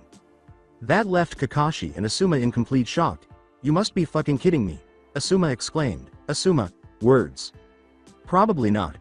That jutsu is far above Chunin level. If you can't break it, how on earth did she manage to muster up enough chakra for such a thing? It was sufficient, even though I didn't use it all. I'm currently depleted of chakra. Even if I tried, I couldn't do that again. Furthermore, Kurenai Sensei, I'm not sure if I apologized for that. I apologize if I didn't, Sakura said. Sakura shook her head. I doubt it, Kurenai said, adding, it seems that the more you use it, the less chakra it takes to do so. I think it simply depleted my chakra. In any case, this is an S-rank genjutsu in my opinion, though it isn't yet prohibited. There is no justification for it to be classified as forbidden because, aside from Itachi, I am the only one who fully understands the mechanics. Complete mechanics? With a chilly tone, Kakashi inquired, is there anything you overlooked? Yes, but I'm not going to reveal that just yet. First, I need to figure out and test a few things. In addition, Kurenai Sensei, I believe it would be wise to remove me from the team for a while and have my eyes checked every 2 or 3 weeks. I'm positive you should be able to use it as well if there isn't a decrease in it, and I'll probably teach you how. But I doubt I could impart it to the other Chunin. Why not? Asuma inquired. You're not experts in genjutsu. I wouldn't be teaching her anything like that for any other reason. I can't do this until I'm certain it's safe, and it's too exhausting. After this whole mess is resolved, Sakura clarified, the original should be brought to the Hokage's attention, but until then, it's an undeveloped jutsu, not to be discussed. I believe Naruto should be made aware of it as well. To confuse the Chunin but not Sakura, Kakashi said. I take that as a Jinchuriki thing? In case Itachi goes after him. Everyone that was conscious at that point and was in earshot, turned towards her. Kakashi looked at her in shock. Who told you? No one. I spoke with the man directly. He even demonstrated to me his true self. He even expressed regret for something. I didn't think I could like the man after he killed my father, but after seeing him now and hearing what Naruto had to say about him, I've come to forgive Foxy. But rather than telling me, he used his own memories to show me what had happened that day. After removing him from Naruto's mother, a man wearing an orange mask was subdued by some strong genjutsu. At that point, he launched an attack on the village. He did say something to the Yondaime that I did hear. Everyone watching Sakura waited for him to say, "They shocked the hell out of me with just 2 words." He ordered his murder by the Yondaime. I discovered that he had no control at all, which I found unbelievable. After gaining sufficient control to say those words, he launched an attack. The ceiling began at that point. I was astounded by what I saw. Everyone claimed to have killed the Kyuubi. He was defeated but not killed. Sakura sighed and pointed around her, saying, "I'm not going into any details on what I saw at that point, but I will say it was worse than this." I think he was thankful for what he did. Kurenai and Kakashi both nodded, and Asuma and everyone else present just looked shocked. "All right, that's that. I believe we ought to. Hold on a second. Hokage. Lord." After noticing something concerning within the barrier, Sakura proceeded to the cage's box. "What is the matter with her?" Asuma asked, looking at Kakashi, who just glared at him. "That bad? We must climb up there." Kurenai gave a nod, and the 3 of them left to pursue Sakura. With Sarutobi as his soul was being dragged from him, Orochimaru remarked, "You might have been able to kill me if you were 10 years younger." "Hokage, Lord. You're using that, but why? No choice in the matter," said Sarutobi, who was not really listening. When the 3 Chunin landed next to Sakura, she was dumbfounded that this was how he was going to go out. Kakashi said, "Sakura, don't tell me he's using the Reaper Death Seal." "He is. Do any of you have any extra chakra at the moment?" Kurenai and Kakashi nodded. "Then take hold of my wrists. I will forward it to the Hokage." Kakashi nodded, determining her next move. Kurenai just seized it, fully aware of the plan from the moment she posed the question. Transfer of chakra. Sakura shot the chakra Kakashi and Kurenai was giving her straight to Sarutobi. The nearby Anbu looked at Sakura doing that. What is she doing? Sakura was focused on the transfer when Kurenai said, "Giving our chakra to Lord Hokage." Kakashi nodded. "Why is she bothering to do that?" Kurenai said, "Because if she doesn't, it's possible Lord Hokage could die without taking Orochimaru with him." The Anbu nodded and exchanged glances before starting to transfer their own chakra to Sarutobi. In turn, Sarutobi felt stronger and realized that the Anbu was giving him their chakra. However, he sensed 4 paths entering when there were only 3 Anbu. After deciding to ask questions later, he pulled Orochimaru's soul out with renewed vigor, and it was all out in less than 30 seconds. Seal. "Who else was giving me chakra transfers?" Sarutobi asked as he was looking at the others. The Shinigami was waiting for him to turn towards him. He looked at Kakashi, Kurenai and Sakura. Sakura's hands were pointing at him, while Kakashi and Kurenai was grabbing her wrists. "I thank you, Sakura. But it will no longer be much use. Tell Naruto that he was more than just a child or a demon. He was like a grandson to me. In my opinion, he was family, and that is all that counts." Sakura and Kakashi nodded. "Kakashi, treat him like your own son." With a sigh, Sarutobi turned to face the Shinigami and said, "I've said my goodbyes. It's the last one." The Shinigami removed his soul from his body, and Sarutobi fell. The barrier was broken, and the Anbu defeated the Sound 4, Kakashi, and Asuma. Ultimately, one of them lost consciousness, and the others just died. The unconscious person, who appeared to be a girl, had red hair, white bandages, and a flute in her hand. "What should we do with her? Put her in a cell or kill her?"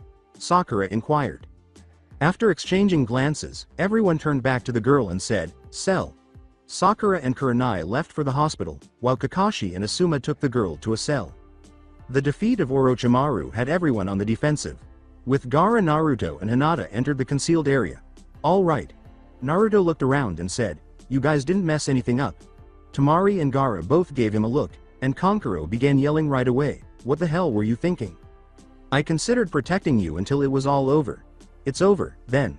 Kankuro, get out and return to your village. You might want to accompany him, Gaara." Temari nodded when Naruto said, "I have something to say to you about you." "No." "What?" Gaara looked doubtful and added, "If she's staying, I am as well." "Gaara, that is unnecessary." Hinata stated, "I'll be keeping Naruto-kun in line, and you know I can." Naruto shivered. In fact, if anyone is going to need to be kept in line, it's Kankuro. "All right. I plan on it," Gaara said as she walked away, adding, "But if he does anything that would be considered wrong, on any level, let me know. After I get the first shot." "This is gonna take a while to explain, but I'll try to keep it short," Naruto replied. After 2 weeks, Sakura the repairs went well, but Sakura wasn't helping with that. She needed to figure out some things about the Tsukuyomi. In fact, it was time for the eye exam, which she had requested, and Kurenai had accompanied her. She was shocked to receive the results. "What do you mean that I have better vision than 2020? Sakura inquired. "I mean precisely that. I assume your vision has improved significantly," the optometrist said. "We'll be back in about 3 weeks, Sakura said, glancing at Kurenai. "Next, contrast that one with this one." "I have an opening on October 10th, the man said, nodding. "But the rest of the week is booked up. On October 10th, I will not be visiting. That day happens to be my friend's birthday. He always detested that day, but this year I want to make it different." The doctor nodded. Sakura said, "He's going to have the best Kamadamned birthday he's ever had, and I'm going to make sure of that." Her tone conveyed that she was serious and that she had no intention of changing her mind. On October 5th and 7th, the only other ones would be around that time. Other than October 10th, I won't have any openings for a month. Sakura responded, "Then I'll go for the 7th. "Okay, see you then." Sakura and Kurenai nodded and departed. Naruto, Hinata, and Temari were strolling outside when they said, "Hey guys, what is going on?" "We're going to have a picnic at a lake. Would you like to attend?" Naruto inquired. "Yes. Why not?" Sakura uttered those words. "Would you mind if I followed? It's not like it's anything other than a picnic with 3 girls that like me, or love me," Kurenai said, startling Naruto, who shrugged and shook it off. Kurenai deciphered a secret message. "Are you certain of that? You are aware of the consequences if you do that?" After a moment of confusion, Naruto realized what she was saying and shook his head, saying, "I wasn't planning on doing that. Thanks for the warning, but I'd have to get closer to 2 of them before I even consider doing something that big." Naruto sighs. "I'm grateful that you have concern for other people." Kurenai gave him a startled look and said, "I suppose Anko was correct. The anti-pervert bomber is you." At the revelation, Naruto grinned, and Hinata grinned a little too. "I'm going to assume that she told some people about my hatred of perverts, didn't she? She even said you had 1 set if females were peeping," Kurenai said, nodding. "I actually only have 1 set where it would be possible to induce peeping. If it's on men or women, or if the person spying is male or female. Due to blood loss, it takes the best possible scenario and renders them unconscious. I even managed to fool an Inuzuka in that way," Naruto remarked. "It uses the best scenario for maximum effect." Kurenai nodded, Naruto nodded, and the 4 of them left. "Then get going." 3 days later, Shockwave, Jiraiya, Naruto, and one of the elders were present when Naruto was given a mission. "The 3 of you are to find Tsunade of the Sanin.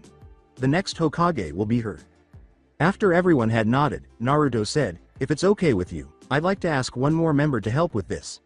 I think it would be beneficial for her to accompany me." Shockwave gave him a look and said, "I concur. Here, Hinata would excel." "I'm not referring to Hinata here. I am referring to Sakura Haruno."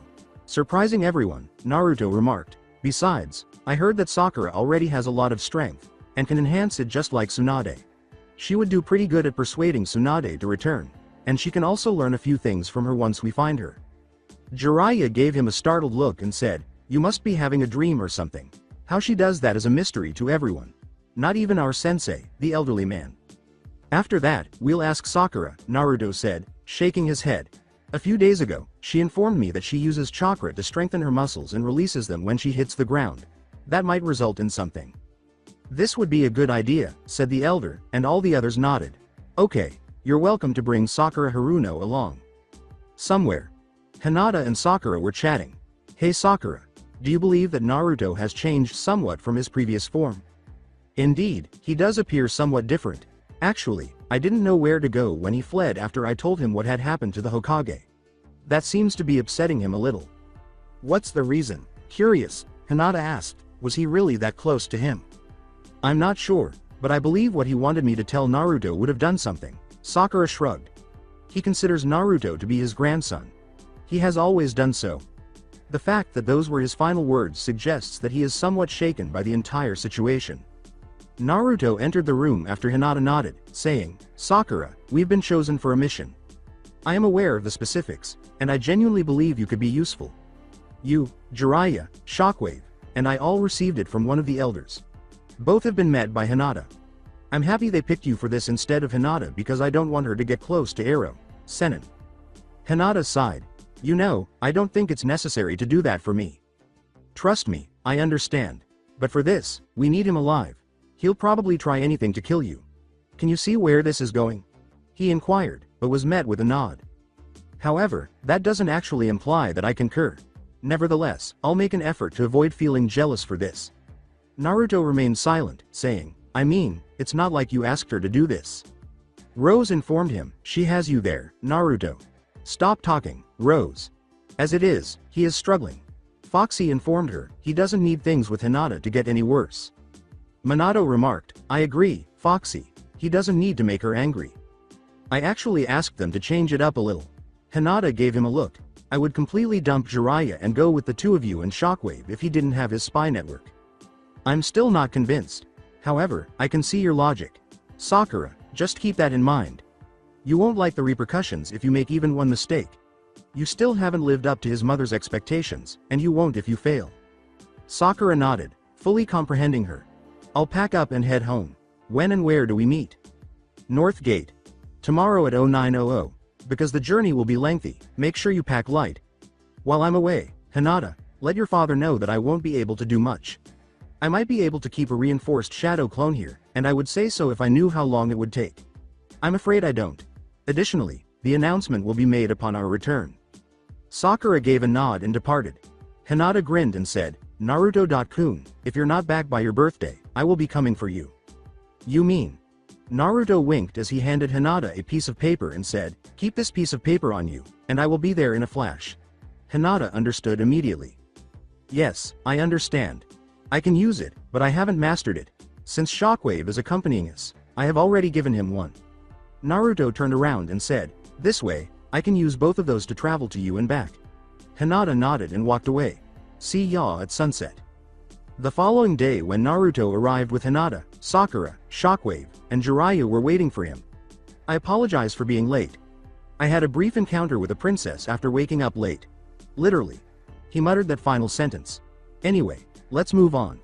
If we don't finish by the 10th, I already have plans in place.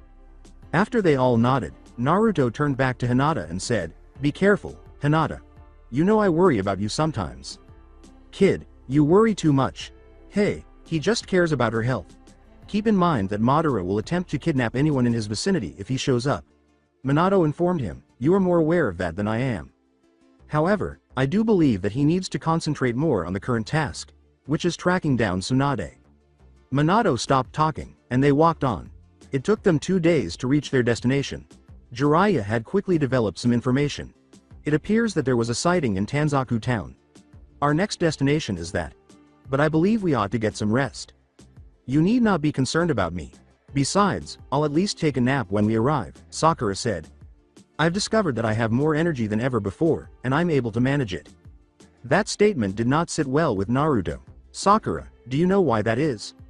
Sakura shook her head before realizing, wait. Do you believe Foxy has anything to do with it? A little irate, Naruto said, Kyuubi. No, I wasn't the one. She has not been harmed by me. But there's something about her that I sense. I am unable to identify it. Ragnarok said, I can. Naruto's expression was startled. Ragnarok, what do you mean? First and foremost, I am the one who did so. Though she isn't even aware of it yet, she has experienced a little bit of my strength. Do you think I ought to tell her? I doubt it. She probably won't be able to use it for some time. But the energy I gave her has been used by her. Without the sword, it's comparable to the Dragon Buster test I gave you.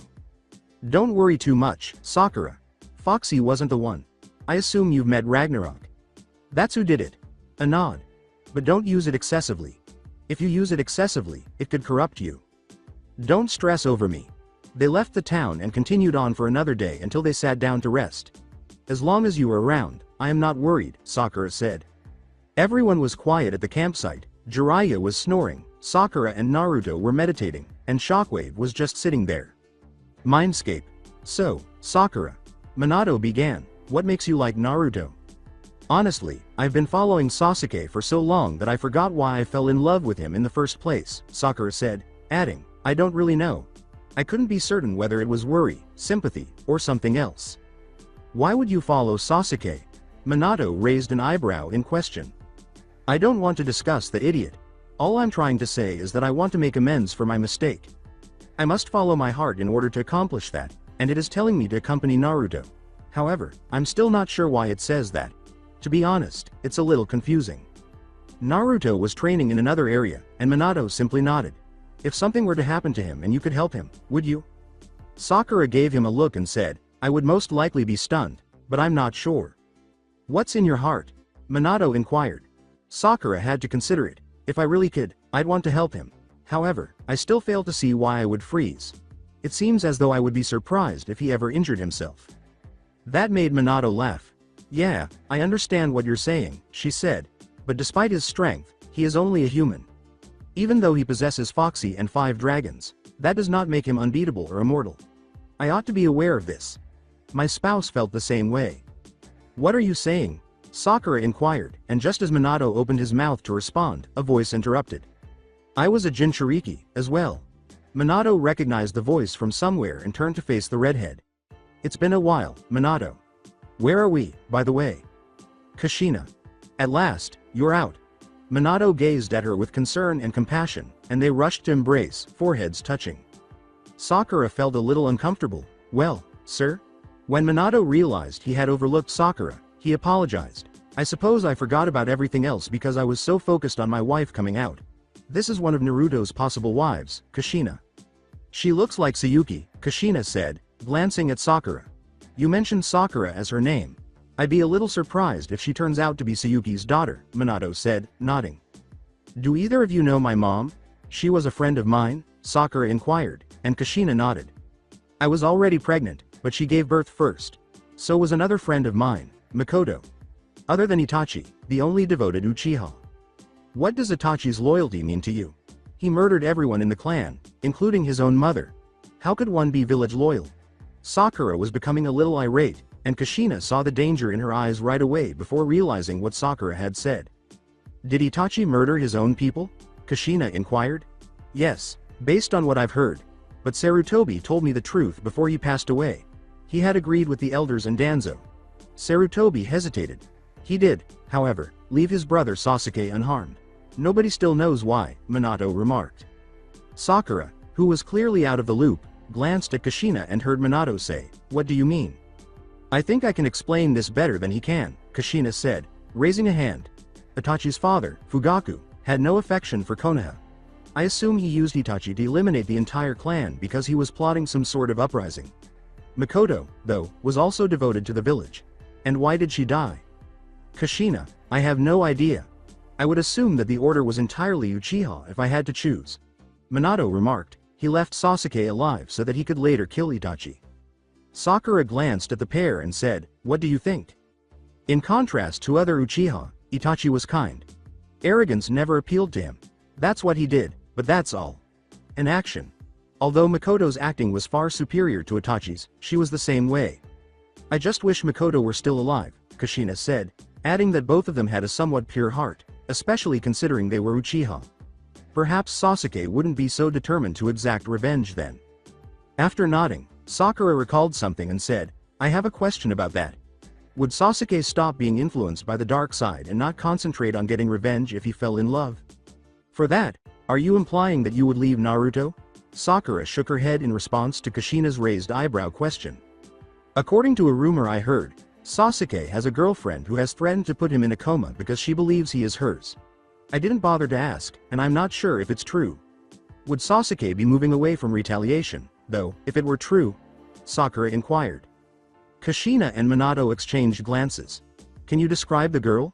All I know is that she was holding a senbon needle, and Sasuke merely verified what she had said, Sakura said, shaking her head. That's all. Naruto surprised everyone except Kushina by saying, Sounds like Haku, to me. Who's the redhead? I guess I'm not surprised you don't remember me, Kushina said, turning to face Naruto. Naruto's eyes widened. After all, I only saw you for a few minutes at most, and that was the day you were born. He tackled Kushina to the ground as he rushed her, saying, Mom, Naruto was actually hugging her like he only did to Hinata. Kushina was a little surprised. What, when I was dying myself, you didn't think I'd allow your father to seal himself into you, did you? Looking her in the eyes, Naruto got off of her and said, I believe I can reach Hinata via her Mindscape now that night has fallen outside. The longest distance I've attempted is from the Forest of Death to the Hyuga compound, so it's unlikely. After closing his eyes and focusing, Naruto saw Hinata in her Mindscape and a blue flame appeared. Hina, Heim. Naruto-kun. Where are you? Hinata asked, staring at the flame. At the moment, I'm quite far from Konoha. I didn't try to go from this range because we were headed to Tanzaku town. On this end, I have fantastic news. Naruto exclaimed, clearly thrilled. The only reason you'd even try calling from that distance is, Hinata said, raising an eyebrow before figuring something out. Your mom? Has she finally shown up? You are so familiar with me. Yes, that is the most significant news I have ever received in my life. Except for the one about our engagement. The only thing that could ever surpass something like this is that. I can honestly say that this will be one of my favorite days of my life because I finally got to meet both of my parents. She looks like Hikari, Kushina said, glancing at the flame and noticing a Hyuga. Is she her daughter? Naruto and Sakura nodded. That's her mom, okay. And she's dead. According to reports, it was caused by childbirth, but I know otherwise. Hinata gazed at the flame inquisitively. What do you mean, Naruto-kun? He was about to say, but Naruto sighed, pardon me when I say this. However, a few months ago, I visited her grave. I made every effort to determine whether there was another reason why she might have died. Albert and Foxy assisted me with that. She did not pass away during childbirth. Each time, the poison that killed her only produced a mild fever before disappearing. It would be too late by the time it could have been picked up by anything. Painless but slow. If you weren't specifically searching for it, you wouldn't have discovered it until roughly 5 days prior to her passing. It only added a week or so, even for those who were. I know what I did was wrong, and desecrated her peace, but I had to find out the truth, Hinata, Minato, and Kushina said, their eyes widening as they gazed at him. Before she entered my life, Hinata was disliked by the Hyuga clan. I only needed to speculate that her mother's passing was related to something else. I was correct, it turned out. He's right, said Foxy, who materialized in human form directly beside them. It had been in her system for 4 years when she passed away, based on what I could see. Hinata's sister, Hanabi, was just 2 years old. In other words, they made an effort to get rid of Hinata and her mom. The gentle fist was never Hinata's strongest style, and Hanabi was clearly superior at it. Since then, we have developed 2 new styles. The lightning rogue is mine. The Hyuga clan and the Uzumaki clan are combined, and the hits use fire and lightning. For a greater range, I could also add wind, but I don't do that very often, Naruto remarked. When he said that Hanabi was more skilled at gentle fist than she was, Hinata was a little depressed, but she brightened when he brought up her own fighting style. You and Hinata came up with different fighting styles? Sakura and Naruto both nodded. I've witnessed one of them in action. Hinata faced off against Neji, her cousin, in the preliminary round of the Chunin exams, final section. I noticed that, while somewhat different, the style she was using resembled that of her cousin. I was unable to identify it, but it could be used in both her human and dragoon forms. In any case, that's what I heard. Naruto is the only one who knows what it is. I use lightning rather than the typical chakra, but my style is comparable to gentle fist. Both real lightning and the lightning nature chakra are effective. With that, I could be struck by lightning and not be harmed in the least. Actually, I would grab it, absorb it, and shoot it out of my other hand if that ever occurred, and it has. I seem to be able to reroute lightning in that way. I can even make a thunderstorm and take advantage of it. What is its name? Rogue Thunder. I am Thunder, and Naruto-kun is Lightning. Together, we came up with the names, and just as the styles themselves complement one another, so do their names. The names are only appropriate, and if you gave it some thought, you could figure out why for a variety of reasons. Kushina and Minato were considering it. I see where you went with that, said Minato, nodding. When lightning and thunder appear together, they almost always go hand in hand. They complement each other. You and my son are similar, and you both practice taijutsu in the same ways. You and my son complement each other like lightning and thunder, and your taijutsu styles do the same. This is something that most people would never consider. I understand, Kushina said, looking him in the eye and seeing everything he didn't say. They developed 2 taijutsu styles that are compatible or similar because they frequently collaborate. Taking everything into account, I'd bet they had more in mind than they initially believed. Well, I suppose I ought to challenge you in the traditional Uzumaki clan fashion. Naruto, what are your thoughts? Won't get brownie points with my muscles here, but I guess I'll see how it fares with one of the pieces, Kushina inquired, only to receive a nod. Seeing how things progress could be beneficial. Just keep in mind that you shouldn't hold back with that look. Naruto nodded in response, saying, I didn't intend to hold back. If you do, you'll never see the full potential of the style. Zyge simply followed Rose, believing she had discovered something he had not, while Sakura remained, but put up a sort of barrier, sensing that things were going to get rough. Naruto and Kushina had stood about 10 feet apart, and everyone else was waiting nearby, with the exception of Foxy, who had witnessed both firsthand and knew it would be dangerous in that area. 2 hours later, both Kushina and Naruto were breathing heavily. "That is good enough," Kushina remarked. Everyone returned shortly after. Naruto nodded and said, "I've never felt so drained in my life." Kushina also nodded and took a seat beside him.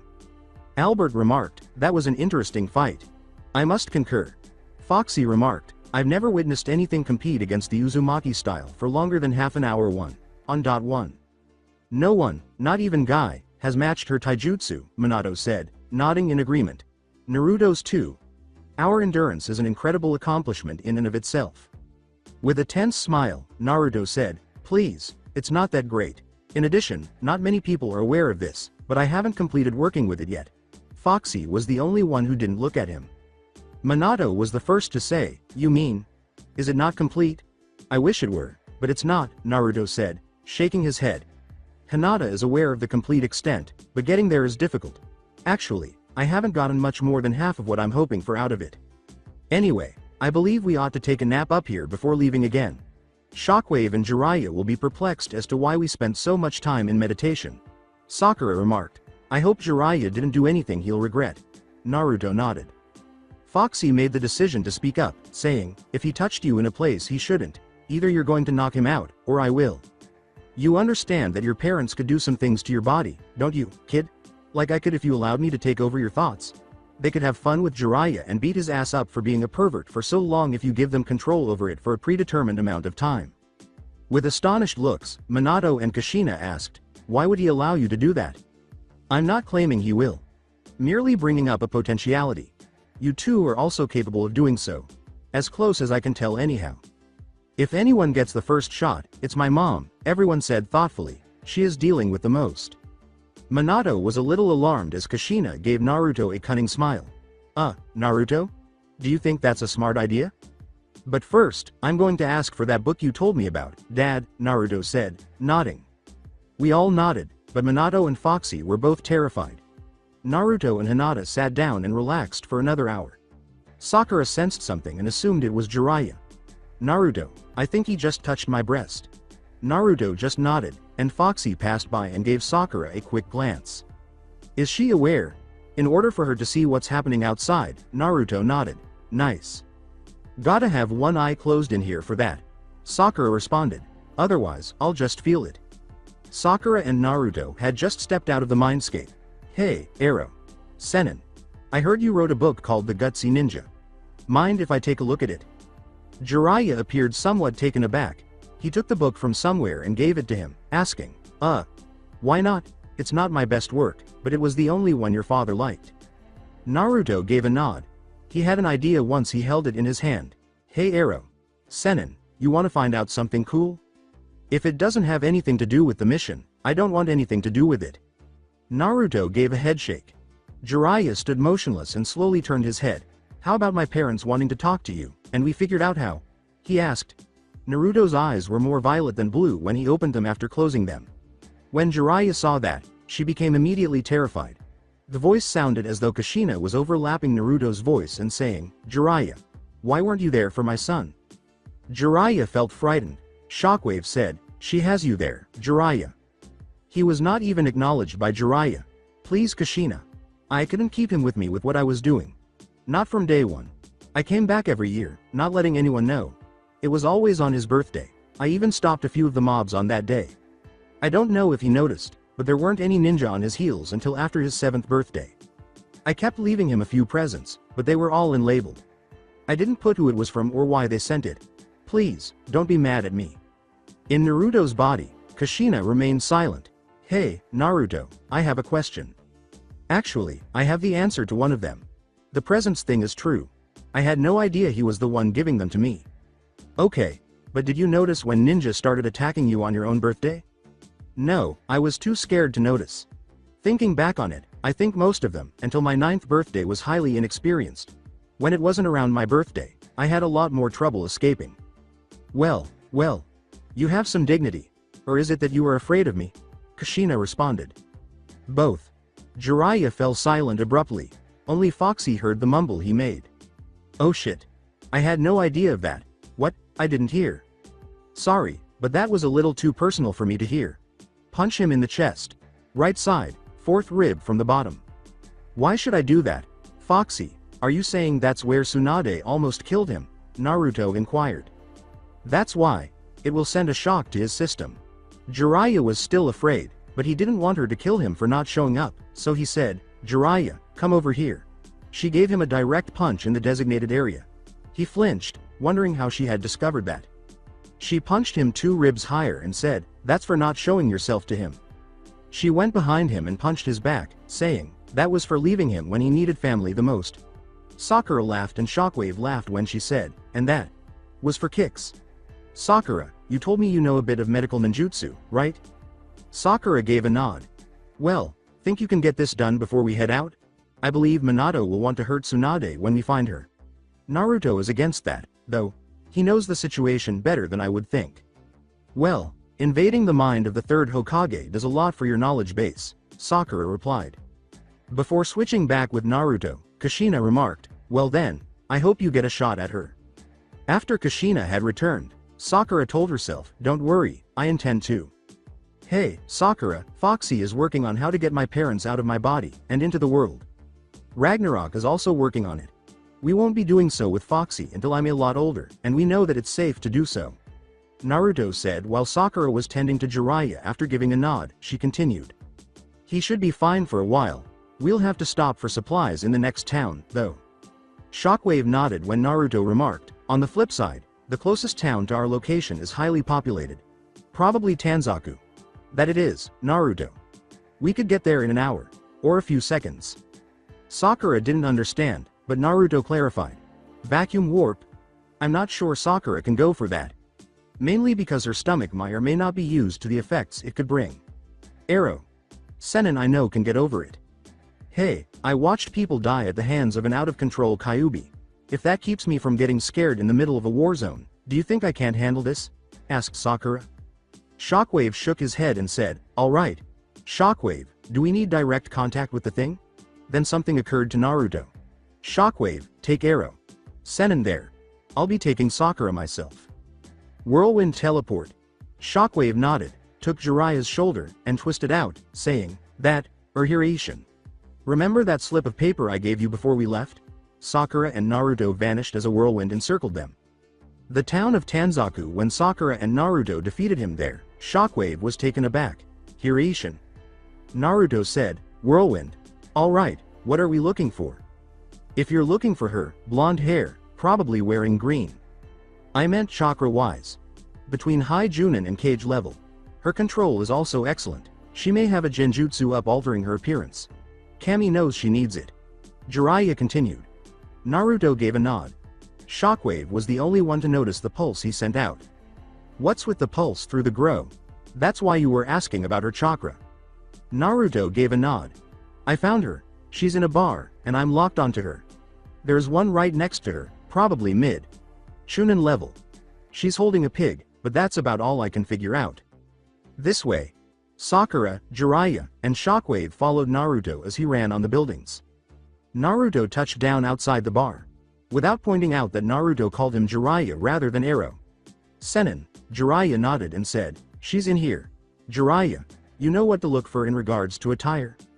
When they all entered, they saw a black-haired woman and a blonde sitting at a booth. Jiraiya approached them. The blonde said, what do you want, Jiraiya? Tsunade of the Sanin. Naruto began, but it sounded as though a female voice was overlapping his. Tsunade was unable to tell the difference between the two. She was intoxicated. Why did you leave my son after my husband and I had died that day? Did you even care that my son was alive? Tsunade's drunken state was shaken out of her. She was aware of that circumstance. It was nearly perfect. She searched for Kushina but instead found someone who resembled her husband Minato, complete with purple eyes and whiskers. As soon as Jiraiya saw Naruto, she became terrified. Tsunade became aware of this. Jiraiya, you can't possibly expect me to believe that this kid is Kushina. Not Kushina, but her son. Kushina is talking through him, as far as I know. I got the same thing this morning. In fact, Kushina currently has control over his body. Jiraiya nodded at Sakura. No one but Jiraiya noticed that she had added the suffix .kun to Naruto's name. He's right. Kushina Uzumaki and Minato Namikaze are both able to use Naruto-kun's body with his consent. If it weren't for Foxy getting the idea, we wouldn't have tried, and Jiraiya here wouldn't have been hit 3 times by her, through him. You two together now? What exactly happened in that mindscape of his? Jiraiya responded. With his voice still overlapping, Naruto stated, she gained my consent. Kushina was growing irate, and Tsunade knew that wasn't what she wanted to hear. Now, Tsunade. Answer my question. Why did you fucking leave my son unprotected? I thought he was dead. I couldn't find him anywhere. I left after 3 days without any luck. I had heard he died in the ceiling. I couldn't take it. I left, not caring if I was branded a rogue. Tsunade replied. I couldn't stand it. Everyone close to me was dying. It was my fault it all happened. Mom, let me handle this. I think I can convince her otherwise. Kushina switched back out with Naruto, saying, okay. But when we get back to the village for this, I am so going to throttle her. No longer did Naruto's voice overlap when he said, Tsunade, you were to be my godmother. I understand that you thought I was dead, and couldn't handle the pain it brought. My mother doesn't get that you had no reason to stay there. In fact, you had a reason to leave. You wanted nothing to do with the ones that took your loved ones away. Tsunade was taken aback by the abrupt shift. The voice was no longer overlapped, she realized.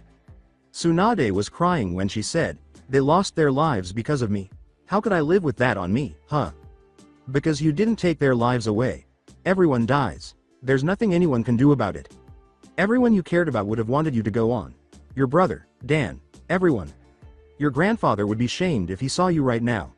All you're doing is running away. That's not how you deal with a problem. You face it head on. If you make it, it means you could overcome the pain you were feeling. If not, it means your faith is not strong enough. Naruto exclaims. You are renowned as the most powerful kunoichi. That's not what I see. What I see is a cowardly bitch that is only running away from any problems she could possibly have. You've gone soft. It's not my place to say any of this, but I can see it all. In your eyes. Naruto said. Everything he said caused Tsunade to look visibly shocked. Naruto. Sakura's hand interrupted Jiraiya. Don't stop him. She needs to hear this. You got off the hook with Kushina-san. Tsunade is currently getting mercy from Naruto, but not Kushina. Kushina is getting pissed at how she is acting right now. I wouldn't be surprised if she tried forcing Naruto-kun back just so she can throttle her for giving into despair. Tsunade looked at Sakura in disbelief. Tsunade said to him, please, how can I make it up to her? Naruto. Kushina remarked, wow, I didn't expect that kind of reaction. Well, we were here to get her to become Hokage. At the same time, she'll be facing her problems head on. Besides, her story is a good one, and I couldn't find a single lie in it. Replied Naruto. What do you think, Mom? Mina.kun. What do you think? I think we should have her go with that. Orochimaru is dead, thanks to Sarutobi. There are only 2 of the Sannin left. His soul is currently in the belly of the god of death. Our son has forgiven her. That much I can see. Not completely. He understands her reasons, but this is for too long. She would have heard something about Naruto making his name known in a few countries. Well then. I think if she became Hokage, and took out Danzo, I'd be good, replied Kushina. I wouldn't worry about Danzo just yet. He may have continued route, but if he makes a move on me, I already have full permission to kill him, replied Naruto. Although, it would help if she could just give him an execution. I'd actually let you do that, Mom. Kushina said, ooh. Goody, in response. That's it. She becomes Hokage, and then brings Danzo up for conspiring with Orochimaru. I had a feeling that someone tipped off that guy in the mask. I found out after I was dead that Danzo had not only conspired with Orochimaru, but also with a guy who had yet to show. An Uchiha, but I wasn't there for long. I was brought back to you, Naruto. If I get to kill Danzo, and she becomes Hokage, that will be more than enough. Naruto declared, we've got a winner here. You become Hokage, and get Danzo within a week afterwards. My mother will be taking him out with charges in conspiracy on 2 counts, betrayal on 2 counts, and for helping the leader of Akatsuki. Shockwave continued, how does she know all this is true? Naruto answered, she's been dead. What else do you need to know? Then again, she doesn't know the name of the true leader of Akatsuki, who is also after me. Danzo has been after me since I was a kid. It would make sense, being as Akatsuki and Danzo were both after me. Both of which had similar goals and identical motivations. Jiraiya whispered, "His name is Pain." Naruto gave a headshake. "No, that's not him. The guy is also behind the attack 13 years ago. The guy in the mask. His name is Madara Uchiha." Sakura gave him a look. "That guy in the orange mask. The one that placed a genjutsu on Foxy, that is the leader of Akatsuki?" Naruto gave a nod.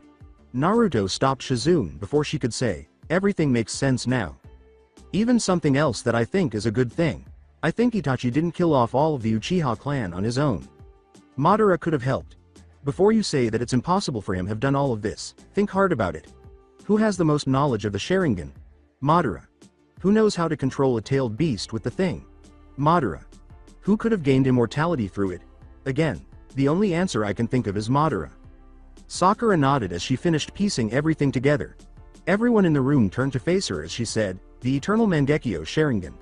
What the fuck is that?" was the expression on the faces of most of them. Naruto was another matter entirely. Foxy had already told him about it. "I see where you're going with that. Madara has it, and could have gained immortality through it." Sakura nodded her head. "I'm not sure about that. However, that's what he uses to control a Biju. It makes sense, now that I think about it. Only a jutsu above the Mangekyo Sharingan could do something like that. Not even the Tsukuyomi could do that." Naruto nodded in agreement. "In any case, if you want her forgiveness, this is what needs to be done," Naruto replied. "I accept. I have to do anything I can to rebuild what little trust I have with Kushina, even if I have to do so through you. That is my motivation for it. Do the people know of your parents?" Naruto nodded. "They've probably guessed at it though. I'm the spitting image of my father, and my temper is like my mother's. If those two things are any indication, I'd say the smart ones have figured it out. Mainly the Nara clan. I still don't get how they can be so lazy, yet so smart. However, due to the law that was passed some time ago, no one was to talk about the Kyuubi, or the events of that night." Tsunade declared, "That's one thing I'm going to change. Do you want them to know of your parents?" "Why wouldn't I? I know who they both are, and most of the Chunin know about my bloodlines. The majority of which is my parents but one of which starts with me," Naruto said, and Tsunade nodded. "And the bloodline is called Mark of the Dragon. I'm not going into the details of it again," Naruto replied. Tsunade merely gave a nod. "All of this is going to happen the moment I become Hokage when we get back." After nodding, everyone departed. Sakura went to get some medical supplies that she could use but didn't have after they left the bar. Her abilities and tenacity impressed Tsunade. Tsunade and Sakura were seated apart from the others. "Sakura, when did you pick up a knack for medical ninjutsu?" "I'm impressed," Tsunade responded. "About a month ago. It was between the second and third portions of the Chunin exams. I had taken to genjutsu along with medical ninjutsu. My control with it is astounding, and I'm highly precise with both." "A month? And here I thought I had heard enough things that were impossible. Your skill with medical ninjutsu took me 3 years to get to," Tsunade replied, shocking Sakura. "Then again, if you have someone like him backing you up, I'm not really surprised. His father is the same way. He could change almost anyone for the better. He learned quickly. His mother was also a quick thinker. You could say she was easily an expert on winging it." Sakura laughed. "What?" Sakura stopped laughing, saying, "Oh, nothing. Just something that came to me. Naruto was good at winging it, as well. No pun intended this time." Tsunade's eyebrow went up. "I see you're confused at that. I heard about a bridge connecting Wave Country to Fire Country. It was called the Great Dragoon Bridge. Naruto was the inspiration for the name, being a dragoon himself. He's a hero in Wave. I did not know that. Then again, I've been keeping to myself when I'm not gambling. Normally, when I win, I leave the area. It's how I know bad things are coming. My luck is always bad, but when I win, it means something bad is about to happen to me, or someone I care about. Thanks for telling me that though. It shows how detached I got from the world," Tsunade replied. "I heard the story from Hinata. Naruto beat out Zabuza not once, but twice in Kenjutsu. It surprised me, no doubt about that. What gets me even more, though, is that Zabuza is now a mercenary for Konoha. No longer a rogue shinobi, and has made peace with Kirigakure through Naruto. He knew just what to say, and got them to take off the hit. How he managed that, I don't know. He did that on his own, without any order, apparently." Tsunade's gaze expanded. "I know it sounds crazy, but it's true. I heard it from Zabuza himself. I was surprised he was happy about it. It means that he has no regrets about losing to him. I asked Naruto about it, he told me it didn't matter. He did what he had to do, Sakura concluded. Okay. How does the Dragoon thing relate to Naruto winging it? Sakura questioned, do you know what a Dragoon is? No, I don't. A Dragoon is, from what I hear, a dragon-human crossbreed. It allows access to the dragon's powers in the human. Their blood isn't that of a dragon, but the form is. They usually have 2 wings, near as I can figure. There is one that has 6 wings, but I have yet to see that one. Sakura clarified. I'm gonna have to figure this all out. You mind if I think about everything so far? Just sit against the tree. There's not much else to go for like this, unless you can meditate with ease. Sakura said. Naruto approached. With Minato's voice overpowering his, Naruto uttered, Tsunade, I must apologize for my wife. She kind of overreacted, but what do you expect? You left our son in a village that despised him just because of what I did to protect it. Worse. I fully expected some form of torture. I never expected Naruto to give me a lecture, while showing mercy. That was completely unlike Kushina. Tsunade responded. Naruto gave a nod. Well, since even we sleep, she is currently resting in the Mindscape here. So I wanted to say that I was sorry. I was about to react when I realized just how pissed she was. I knew that not even I could calm her down. I'm surprised that Naruto could. Speaking of which, is he listening right now? Yes, he is. However, he's not paying much attention. He's training with his rapier right now. Anyway, tomorrow, ask him about the scroll. He's had it for a while, but he no longer really needs it. However, he's hanging on to it as a keepsake. I don't really see why, but then again, I haven't seen what's inside of it. Minato replied. Tsunade gave a nod. Thank you, Minato. I'm glad you're calm about this. Minato stood up after nodding. Naruto left and sat in the lotus position against a tree, saying, we should get some sleep. See you in the morning, Tsunade. He began to meditate. The following day, in a few minutes, everyone was awake and prepared to leave. Most of the way back was quiet. Naruto sensed a strong force in the area. 2 items. Guys, we may have company soon. They're powerful, and one of them has over cage level chakra. It's almost as if the guy looks like a fish. He certainly feels like one. He halted, and the others did the same. He focused and closed his eyes. He saw 2 pictures in his mindscape. Itachi. Kisame Hoshigaki. That's who's out there. They're keeping their distance, probably because of the company we have. Sakura gave a nod. Akatsuki? Jiraiya gave a nod. That would be about right. They both fit the qualifications for it. S-rank robes. We have Tsunade with us, and we also have Shockwave. We also have a Dragoon. We're good. Don't forget someone who not only has mirrored Tsunade herself in medical ninjutsu, but also beat out Kurenai Yuhi in genjutsu. I also know of one technique that he could use with difficulty. The Tsukuyomi. I can also use it.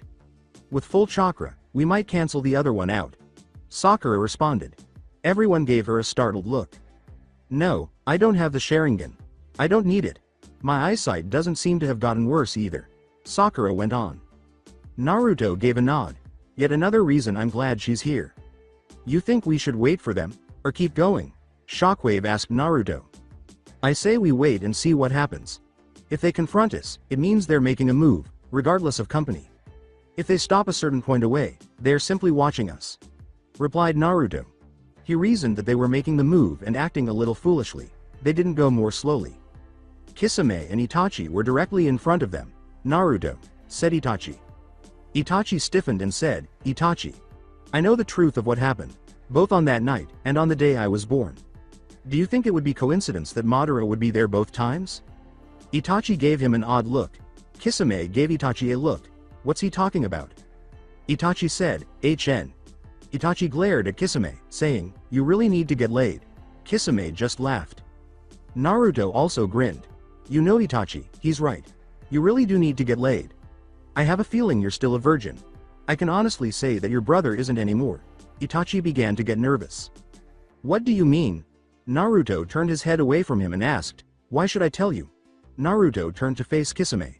You'd probably go after her, as well. In any case, he said. I have a feeling you've been on him about getting laid for as long as you've known each other. Kisame laughed. You know what, kid? I like ya.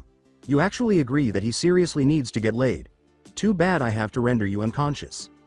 Not this time, Kisame. Itachi, why don't you tell him the truth about what happened when you murdered your own clan on orders, saved your own brother, and fled the village? That would make for an interesting story. Kakashi, Hinata, Haku, and Sasuke had come. Naruto.kun. Sasuke had given Itachi a disgusted look. Hinata, Sasuke. Perfect timing. I was just getting to the point about Itachi's final mission as a leaf ninja.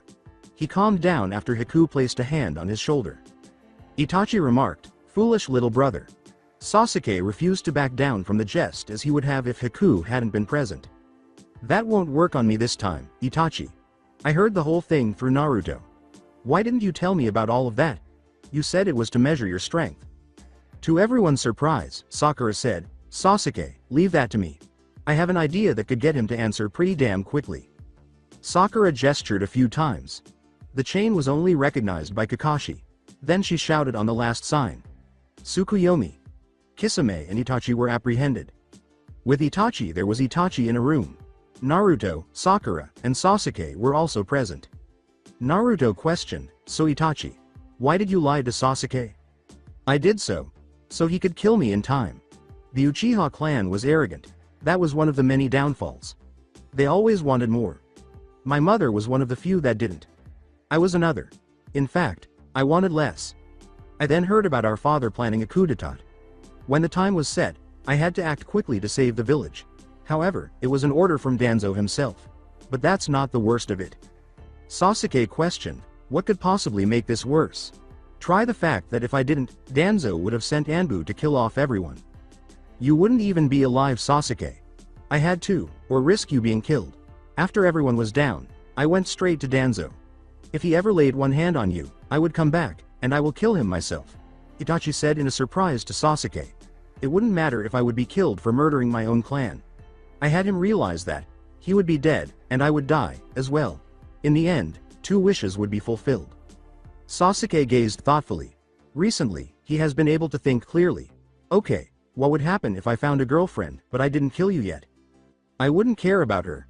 I'd actually want you to kill me, after you obtain the Mangekyo Sharingan," Itachi replied. "Then you would take my eyes, getting rid of the blindness that you would have gotten from using it. That would be when you head after Madara, one of the oldest enemies of the village I held so dear to me. I didn't deserve to live, not after what I did." Sasuke gave a nod. "That makes a little more sense than what you said before. Good thing no one but us can hear you." A female voice behind Naruto said, "Not quite." Kushina and Minato were standing there when the 3 of them turned around. "Itachi, why did you want to die from this? It's not like you." "It's not like I had a choice in the matter. If I did, I would have let my mother live, as well. It was orders, and that was it. The order was all Uchiha. That included my brother, but I left him alive on purpose. He was to kill me, no one else." Naruto stated, "You did have a choice. You chose the one that best suited your interests. Save your brother so he could punish you later, or they all die. I'd go with your choice any day." Sakura replied, "As would I." Minato and Kushina said, "So would we. Sacrifice the mass that was a threat to what we hold dear to save that which we hold close is something I have done several times." Minato went on. "However, I sacrificed myself to save the village. You have sacrificed not only your family, but your previous life to save your brother. What does that say about you?" Itachi gave Minato a look. "I see. I don't think I could just walk back into the village. They would kill me on the spot." Naruto smiled. Itachi glanced at him and said, "Not if we captured you alive. If they think we captured you alive, we can have a Yamanaka check out your memories, and find out everything you know. From there, if they find you were innocent, you may spend some time behind bars, but you wouldn't be killed. Kisame on the other hand, won't be. He'd be killed right here and now." Itachi questioned, "Do you think they'd buy it?" Sasuke gave a headshake. "Not likely. If they do, though, I wouldn't be surprised. I would be surprised if they didn't insult you for what happened." As Foxy entered the realm, he said, "I think I could take care of that." "Foxy? What are you doing here? Thought you could use some help. I found a way for your parents to be counted off of the dead list. The Shadow Clone Jutsu. It could also help get me out as well." "What do you mean, Foxy? If you get released, I'll die." "Not likely. If it's done right," then Itachi said, "Explain." "The answer lies in the seal. The Reaper Death Seal allows you to use my Yuki with your chakra, right?" Minato gave a nod. "Yeah, that's how I designed it." "What if he transferred your chakra into a shadow clone? What would that do? Minato's gaze expanded. Are you saying that we could make ourselves our own bodies, with a shadow clone of my son? That'd be about right. If he could transfer your chakra into the clone, but not mine or his, you just might be able to walk around like that, and not have to worry about a thing. The idea just came to me. Kushina was thinking deeply. She spoke as her eyes grew wide. That could work easily. It would be highly painful, though. And to do so for you, he'd probably have to become a demon of some sort. That would get rid of dragons. Naruto's gaze expanded. I'm not getting rid of the dragons. They have become good friends, and a second family. I'm not getting rid of them, just to get you out, Foxy. I'm sorry, but that's how it's going to be. I won't sacrifice my friends and family to help someone else out. Didn't think you would do so with me. Oddly enough, I expected that same answer from you. I'm not surprised, but really. It could work, however, I'm not entirely sure it will be easy. Minato gave a headshake. It won't, however, you're right. It is a definite possibility, one not even I had considered. Itachi raised his voice. Can I go now? I have a feeling your talk is a little private for me to hear. Sakura said, not yet, Itachi. Naruto's eyes were closed. He opened them and said, I let Haku know what to do. She's going to place chakra draining seals on Kisame, and put chakra restrictors on you, Itachi. After that, we will let you go, and put you in cuffs. I thank you for doing this, however, Kisame is not likely to be taken down.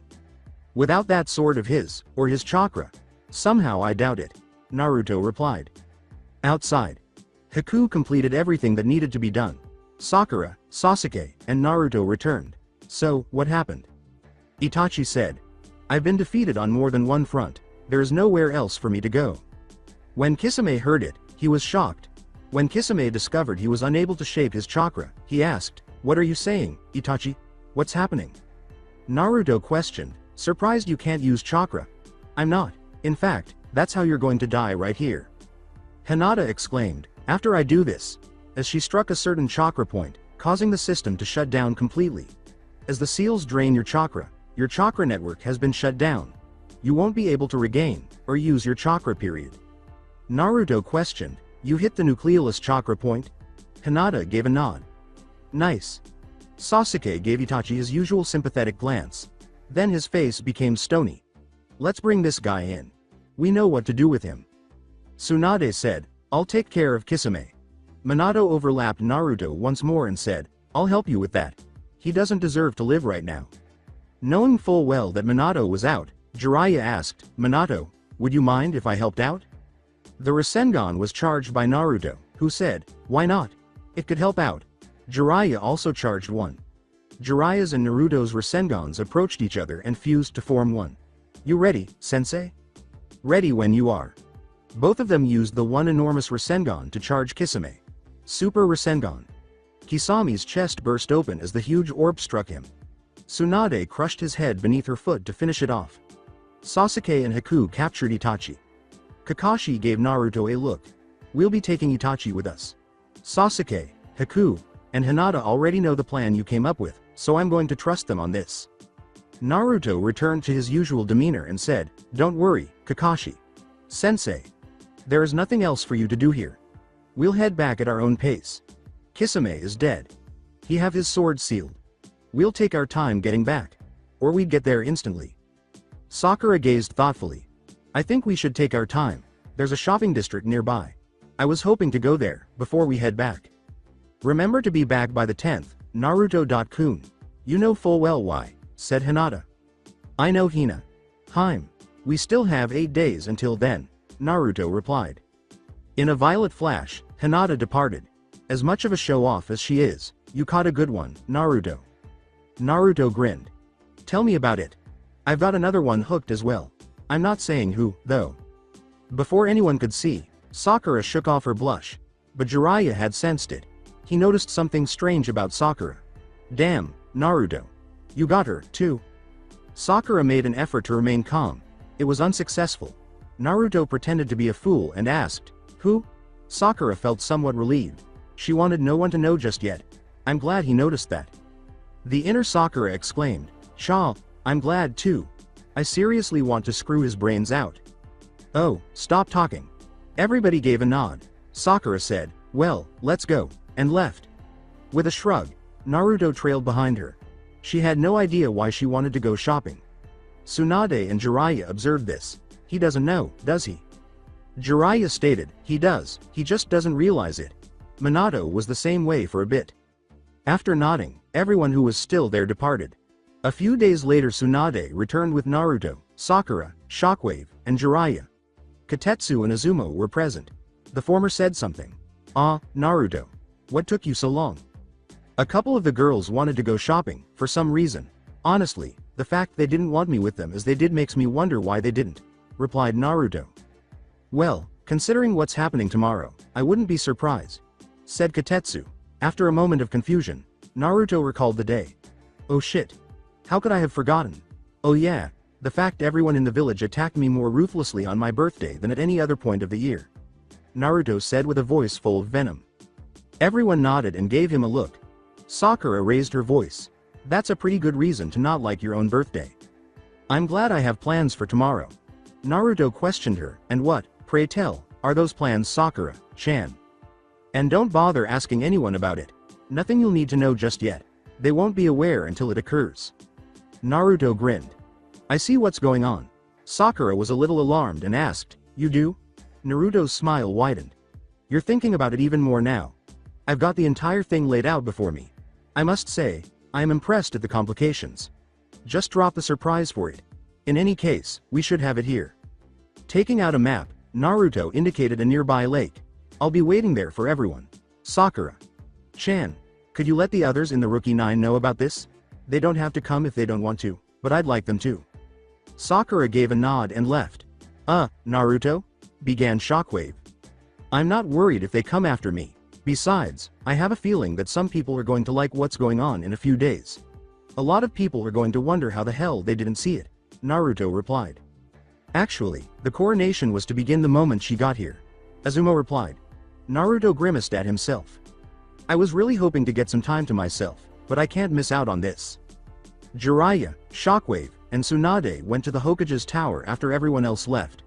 They all knew where it was, but Naruto led the way. An hour later the coronation had come to an end. Naruto stood next to Shizune, Sakura, and Tsunade. They were in the office of the Hokage. "So, how do you wish to proceed with that little announcement, Naruto?" replied Tsunade. Naruto received two nods and a perplexed expression when he said, "Well, I've been thinking about it for a while, and came up with something. You know how my parents can use my body, right?" It was Shizune who was perplexed. "Well, I think it may be possible for them to use a shadow clone for each one. Use a transformation jutsu to gain their own forms, let them use their own body for the announcement, and scare the crap out of anyone who was intending on messing with me tomorrow." Naruto grinned. Sakura was aware of that smile. He was omitting something. With a hint of fear, Sakura said, Naruto? "It's nothing, Sakura-chan. I'm just wondering how long people are going to be alive since my mother will have somewhat free reign. Regardless of the fact my father will be there," Naruto replied. Tsunade gave herself a grin.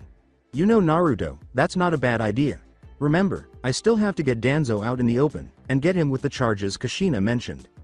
The eyes of Naruto turned purple. Once again, Kushina's voice was heard over Naruto's. "You know, Tsunade. There are only a select few that have tried to get on Naruto's good side ever since everything began. Only 3 has never shunned him, and only one of them is alive right now. I find a few things out, and see that the Hyuga Council killed Hikari, one of the 3, and Danzo, the one to give the order to kill Makoto. When I'm done with Danzo, a few Hyuga are going to go down as well." Though not out of fear, Tsunade shivered. "It's strange, but I'm actually looking forward to your plans, Kushina-san." Shockwave laughed. "I have a good idea of what she's going to do, and I'll be watching the entire time. I'm sure I'll be getting a kick out of it as well. Naruto, Minato, and Foxy are all coming up with several things that would be of some help," said Kushina. Sakura went pale. "What, you really think I'd be doing something like that, Sakura?" Sakura, who was still pale, said, "No, not that. Foxy is a kitsune, a natural prankster. Naruto is another natural prankster, and I remember you once saying that Minato Sama was quite the prankster himself. If all 3 of them work on a single prank, I don't even want to think about it." Finally realizing that a simple prank could be dangerous, Jiraiya went pale. That would either be one hell of a prank, or one catastrophic prank in this village. Kushina just gave a nod. They're going for a prank that would dwarf painting the entire Hokage mountain face. What that will be, I don't know, and I don't intend to ask, so don't ask me. Kushina, they have reached a decision on the prank. Have them call Hinata Hyuga. She will be able to help with it. In fact, she is one crucial piece. What do you mean, Ragnarok? Don't worry about anything just yet. Nothing bad's gonna happen. But it will happen during the announcement. Well, it looks like they have it set up. The only one that has any need to know about it is Hinata Hyuga. Kushina replied. Mom, I think it would also be a good idea to tell them that I won't be attending in person. Naruto, what do you mean? Through her mind, Kushina asked her son. Hinata will know exactly what I mean. Hopefully, she has found out what the hell it is. All right, what on earth are you talking about? I think I can clarify. You see, don't say a word, Foxy. Otherwise, I won't let you go for your part in the plan. His portion? Damn it, sorry, Kushina. I can't say anything. Just tell Sakura to head into the Mindscape later on. Hinata as well. They are both included in the plan. Seeing a perverted thought from Kushina, Jiraiya remarked, well, I take it they have a some planned. With a perverted smile, Naruto told his mother, tell Ero. Sennin that isn't the case. Officially. In truth. It's gonna be a foursome. This made his mother faint. This time, Naruto had resurfaced as himself. Yeah, we came up with it, but Ero. Sennin had it wrong. It's not a some, but a some. Might be considered a some. Depends on how you look at it, and if one of them could do something about it. Jiraiya grinned. A some? That's some pretty good stuff you got going there. How do you intend on pulling that off? Sakura said. Naruto nodded and said, don't tell me it has to do with them. Does it? Sakura was experiencing conflicting feelings. Which one does he get? Sakura was startled when Naruto gave her a wink. No, you're actually going to let him do that? Why not? As of right now, he is a part of me. Whether some like it or not. Also, while that's going on, I'm either going for a some with 2 females, or 1 female, replied Naruto. There was a flash of purple. Hey, Naruto.kun, I got the message from Rose. I gotta say, it's ingenious. Why didn't I think of that? Naruto grinned. I'm guessing it's because me, my father, and Foxy came up with it together. If my mother pitched in, it could have been even worse. For the targets. Hinata didn't turn pale. Rather, a grin appeared on her face. You know, I'm really surprised your father was good with that. Regardless of the fact we are already engaged. The entire thing, especially the part concerning Sakura, is completely unexpected, said Hinata. Sakura raised her voice. Hinata and Naruto smirked and said, why is it so bad? Sure, my mother will not like it, but why? Okay then, mind if I get the full details? Just before Sakura had to close an eye, Naruto stated, Rose will be taking care of that. She should be getting to you any second now. After 5 minutes of silence, Sakura opened her eye once more. Okay, I have no problems with all of that. I just never thought you'd do that. Well, you'd be surprised. My mother has been filled in, as well. I won't spoil anything of the like, but Tsunade, if you see the Kyuubi no Kitsune, don't go after his life. I won't say why, but I will say what you see if you do go there. It will be a sight for the centuries. Naruto replied with a smirk. Jiraiya, Shockwave, and Tsunade stiffened. The latter said something. Are you serious? You'd die if you released him. Who said anything about releasing him from the seal? The specifics have already been worked out, and my own father thinks it would be funny as hell if Kakashi Sensei found us like that. Shockwave and Jiraiya were startled. Tsunade gave him a look that suggested he could put someone in such danger. Sakura raised her voice. There are a select few that should go there. Kurenai, Sensei, Kakashi, Sensei, Heishi Hyuga, and finally, Yuga Uzuki. Whatever happens, keep Jiraiya away from that location. Her voice became cold after the last word. Hinata gave a nod. If I found out he was watching any of it, I will allow a little present to literally melt off his jewels. That way, he won't be able to use them at all. Hinata said while staring at Jiraiya. Only once in his life has he witnessed such a glare, he nearly threw up on himself. With a look of surprise, fear, or both, Jiraiya said, okay. Naruto said, scared, Ero. Sennin? Hinata glanced at him and said, you should be. Not even I know how to stop that particular present. You already know. You just confirmed it for me. I had a plan for that little present Foxy gave you all that time ago, should he or she reveal themselves before the plan hatches. Naruto continued to smirk. Well, it's a she, and she's actually willing to give it a go. I'm a little surprised, being as she's not even a year old, Hinata replied. That's the thing about them. They don't care about age when it comes to that. If both parties are willing, they won't have any complaints. I mean, Foxy and my mom could go at it with me, and Foxy wouldn't care. My mom might, though. Human morals and all, said Naruto. Seriously, they may have honor, but they don't give a shit about incest. I find that somewhat funny. Well, I'm be surprised as to how things would turn out. Mind if I tag along for checking it out? Shockwave responded. I know Jiraiya will get himself beat to a pulp if he did. Tsunade grinned. That he would. Don't forget the little bit about his jewels.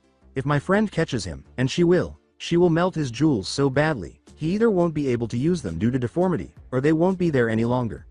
I'd leave that to her to decide. Hinata went on. Well then, have it in about 2 hours, while we ready everything for our little prank. Naruto replied. After Naruto creates 3 shadow clones, the 3 depart through the window, saying, Hinata, Sakura, let's go. 2 hours later, to make an announcement, Tsunade had summoned the entire village. Villagers of Konoha, I have gathered you here today for several reasons. The first happens to be the parentage of one Uzumaki, which you would not believe if you didn't hear it from them. Tsunade addressed the gathering. You disregarded the 4th Hokage's final request by pursuing his life because of something that is no longer a threat, and in doing so, attempted to kill his son. Tsunade punched a wall down from the roof. You can see how outraged I am at that. You treat the 4th as a hero, while you treat his son, Naruto Uzumaki, with disdain for what his father did. All because of what he might do, which I know for a fact he has no intention of doing. This small outburst was starting to frighten the crowd. Now before you go and try to kill him again, I believe you would want to know a little something. He has managed to find a way to allow his own parents, who are both dead, to talk to you. What I wonder at this junction, is how many wish to be slain by the Red Death. Heishi and every other shinobi who knew Kushina Uzumaki stiffened. You see, Kushina Uzumaki, known as the Red Death, just so happens to be his mother, and given the fact that both of them are going to say a few things, I'll let them take it from here. Minato Namikaze, the 4th Hokage and Yellow Flash, walked to the front while Kushina Uzumaki, using a Naruto clone, simply changed into her own form. Directly between them was Naruto's 3rd clone. Minato spoke without overlapping his words. Starting with, people of Konoha, he said. Minato recounted the entire incident, including the part about Kyuubi no Kitsune's desire to die. I have half a mind to get my son out of this village so he doesn't have to deal with the idiocy this village has produced after my own death. Though I am only back for a limited time, I will tell you of what truly happened that day. Kushina spoke, a little irritated. Our son is not the fox, and has even made peace with it. After my husband and I had sealed ourselves into our own son, alongside the fox, even if only to help him later on in life, the events that had come to pass proved our original plan useless. While we intended to only be with him for a short time, we now live within him permanently. This is one thing none of you had ever imagined. Did you think I would want to sit back and watch my only son get tortured every day of his fucking life? Minato said, Kushina, please calm down. Yeah mom. You don't want the villagers. What you get as an outlet should be here soon. And trust me, you're going to get a lot of fun out of doing what you want to do to him. Naruto replied, successfully calming Kushina. Sorry, Naruto. And don't worry, there are some out there that we wouldn't be harming in any case, knowing that you have made friends with them, or their children. Kushina replied. As I was saying, you're lucky that our son wishes to protect this village, instead of hating it for trying to kill him on a regular basis. After taking a toothpick out of one of his pockets, Naruto let it go poof. A shadow clone that has been changed. Somewhere. Sakura is in the forest with Naruto and Hinata. While Naruto is prepared to call forth Foxy, Hinata is prepared to call forth her beast. Naruto stiffened. Naruto and Hinata made several hand gestures to indicate they've gone through with it on their end. Time to start. Summon Jutsu. The beast within. Foxy emerged in human form. But another creature also emerged, one that nobody knew. It was N.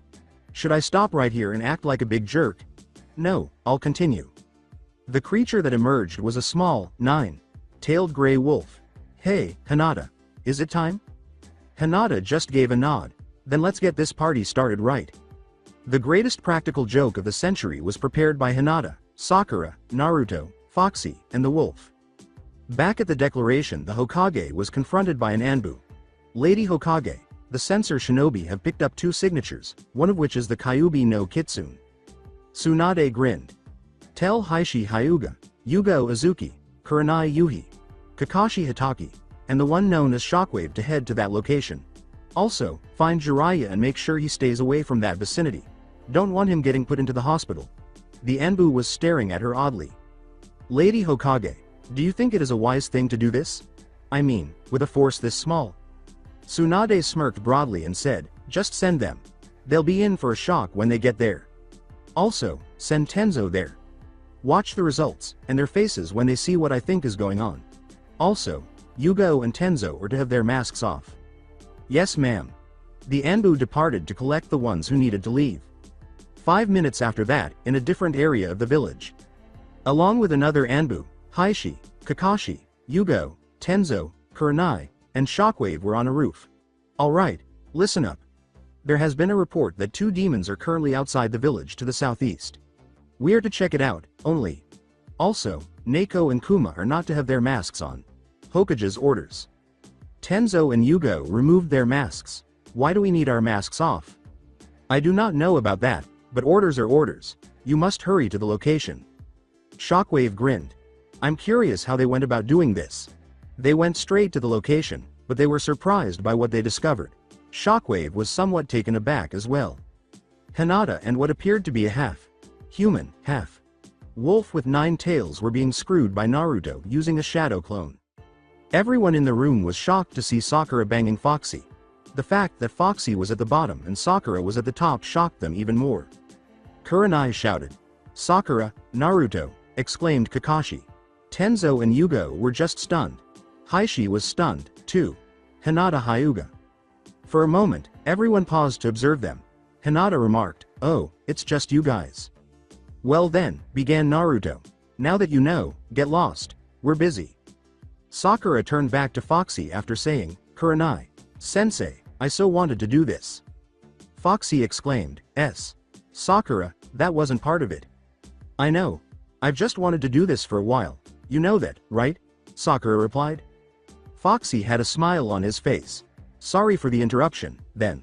Let's continue, shall we? Sakura quickly ignored the new company and said, gladly. Shockwave gave Naruto a look. Naruto, is this what the 3 of you came up with? I never thought that Minato would agree to this. Naruto's statement sent all of the guests in attendance reeling. He did more than agree to it. In fact, he came up with the majority of it. Tenzo and Yugo simply passed out.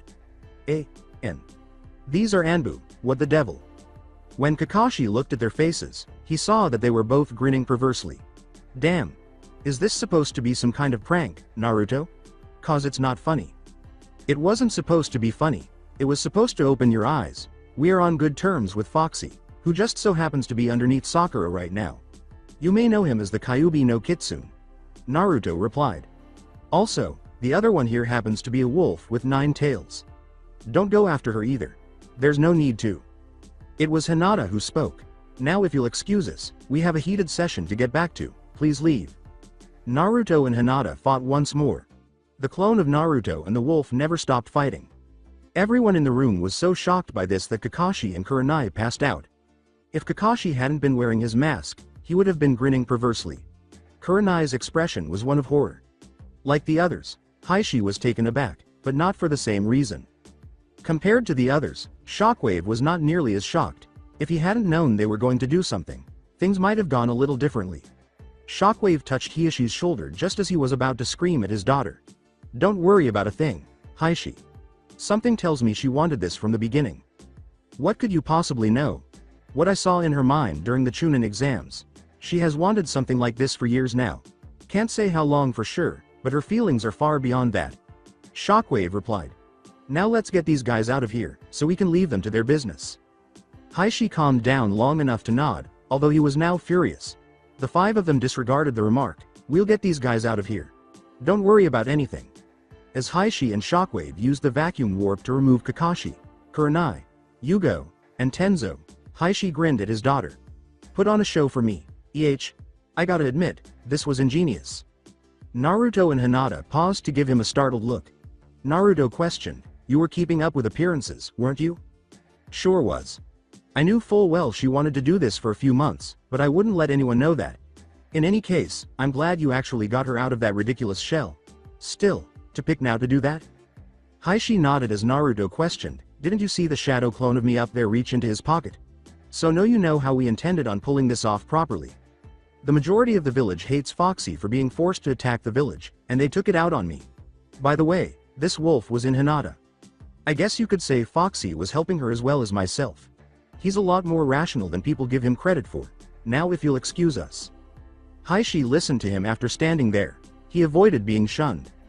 With Tsunade was beside Heishi, who had just arrived. He what? It surprised me, too, however, going as far as he did, just to get her out of her shell of nervousness and shyness. "I'm not worried," Heishi responded. "There is truly nothing to worry about. Also, you might want to check up on Kakashi, Kurenai, Yugo, and Tenzo. They all passed out when they either saw what they were doing, or heard that Minato himself suggested most of it. I never took Yugo as a pervert." Tsunade heard what Heishi had to say. Heishi merely nodded in response to the question, "Are you saying they all agreed to this? Well then, we will ignore it for the time being. We have a somewhat angry Kushina, and a somewhat pissed Minato on our hands. Not a good combination.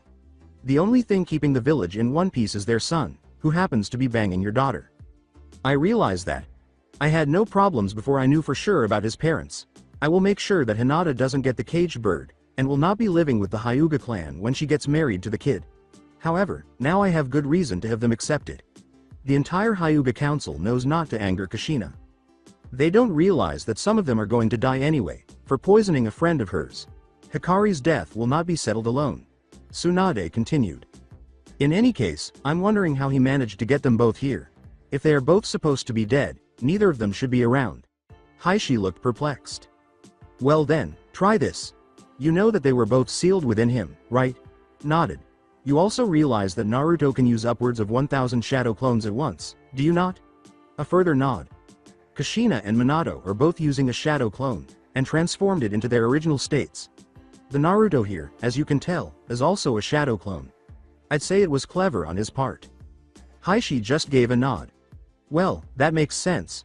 By the way, is there anyone in particular that Kushina really wants to get rid of?"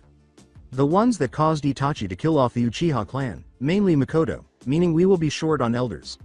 Then there's also the ones that poisoned Hikari. Other than that, I can't really say. Danzo is going to be executed for more than the Uchiha clan, though. Of that, I know for a fact. I guess being dead has its advantages." Tsunade replied with a smirk. "Well then, I can count 3 council members off the list in our clan. Not much else to say there. When shall it happen?" Heishi nodded and turned, saying, "All I can say is sometime in the next week. I'll let you know when she has an adequate plan. I will see to it that those 3 in particular will not be escaping this. The punishment for murder within a clan, though normally would be resolved within, will be allowed to be thought up by Kushina herself. I heard the situation about the poison from my daughter, and I had no idea at that point, so I did some digging of my own. I'll put it to you this way. Those 3 are going to have hell to pay, and Kushina will be collecting." That final sentence made both Tsunade and Heishi smirk. After that, they looked at the 3 who were making the announcements. They had covered every aspect of the event, from beginning to end, including the brief mention of Madara without identifying him. To be honest, Foxy is the only source of his identity, but they are unable to inform them of this. They talked about the new bloodline inside him when they were done. The mark of the dragon, a new bloodline starts with him. Right now, only a select few know of the full effects of this bloodline, and we are not of them. This means that he not only has 2 clan bloodlines, but a third that normally wouldn't even be considered one, and does not go under any other category." Minato continued. Minato and Kushina merely dispelled themselves without reversing the transformation, saying, "If you wish to know of it, you would have to ask either him, or someone who truly knows everything. Until next time. You all are lucky I wanted you guys spared, if not, they would have slaughtered you all. You should at least be happy that I don't want them killing the majority of you, regardless of what you did to me when I was younger. However, there are still some of those people that will be falling by their hand, but not because of me. It is because they orchestrated the murder of my mother's friends. You know who you are, and better be ready for what's coming to you." and Uzumaki values family and friends, so you can see where that leads. Naruto said before walking away. Lady Tsunade, be happy that I understand why they went after me, but they should be more tolerant of things they don't know a damn thing about. I'm out. Naruto went out with the whirlwind that he had surrounded himself with. So that's it for today. I hope you guys enjoyed it. Don't forget to like, share and subscribe to the channel for more awesome stories like this. Thank you. See you all in my next video.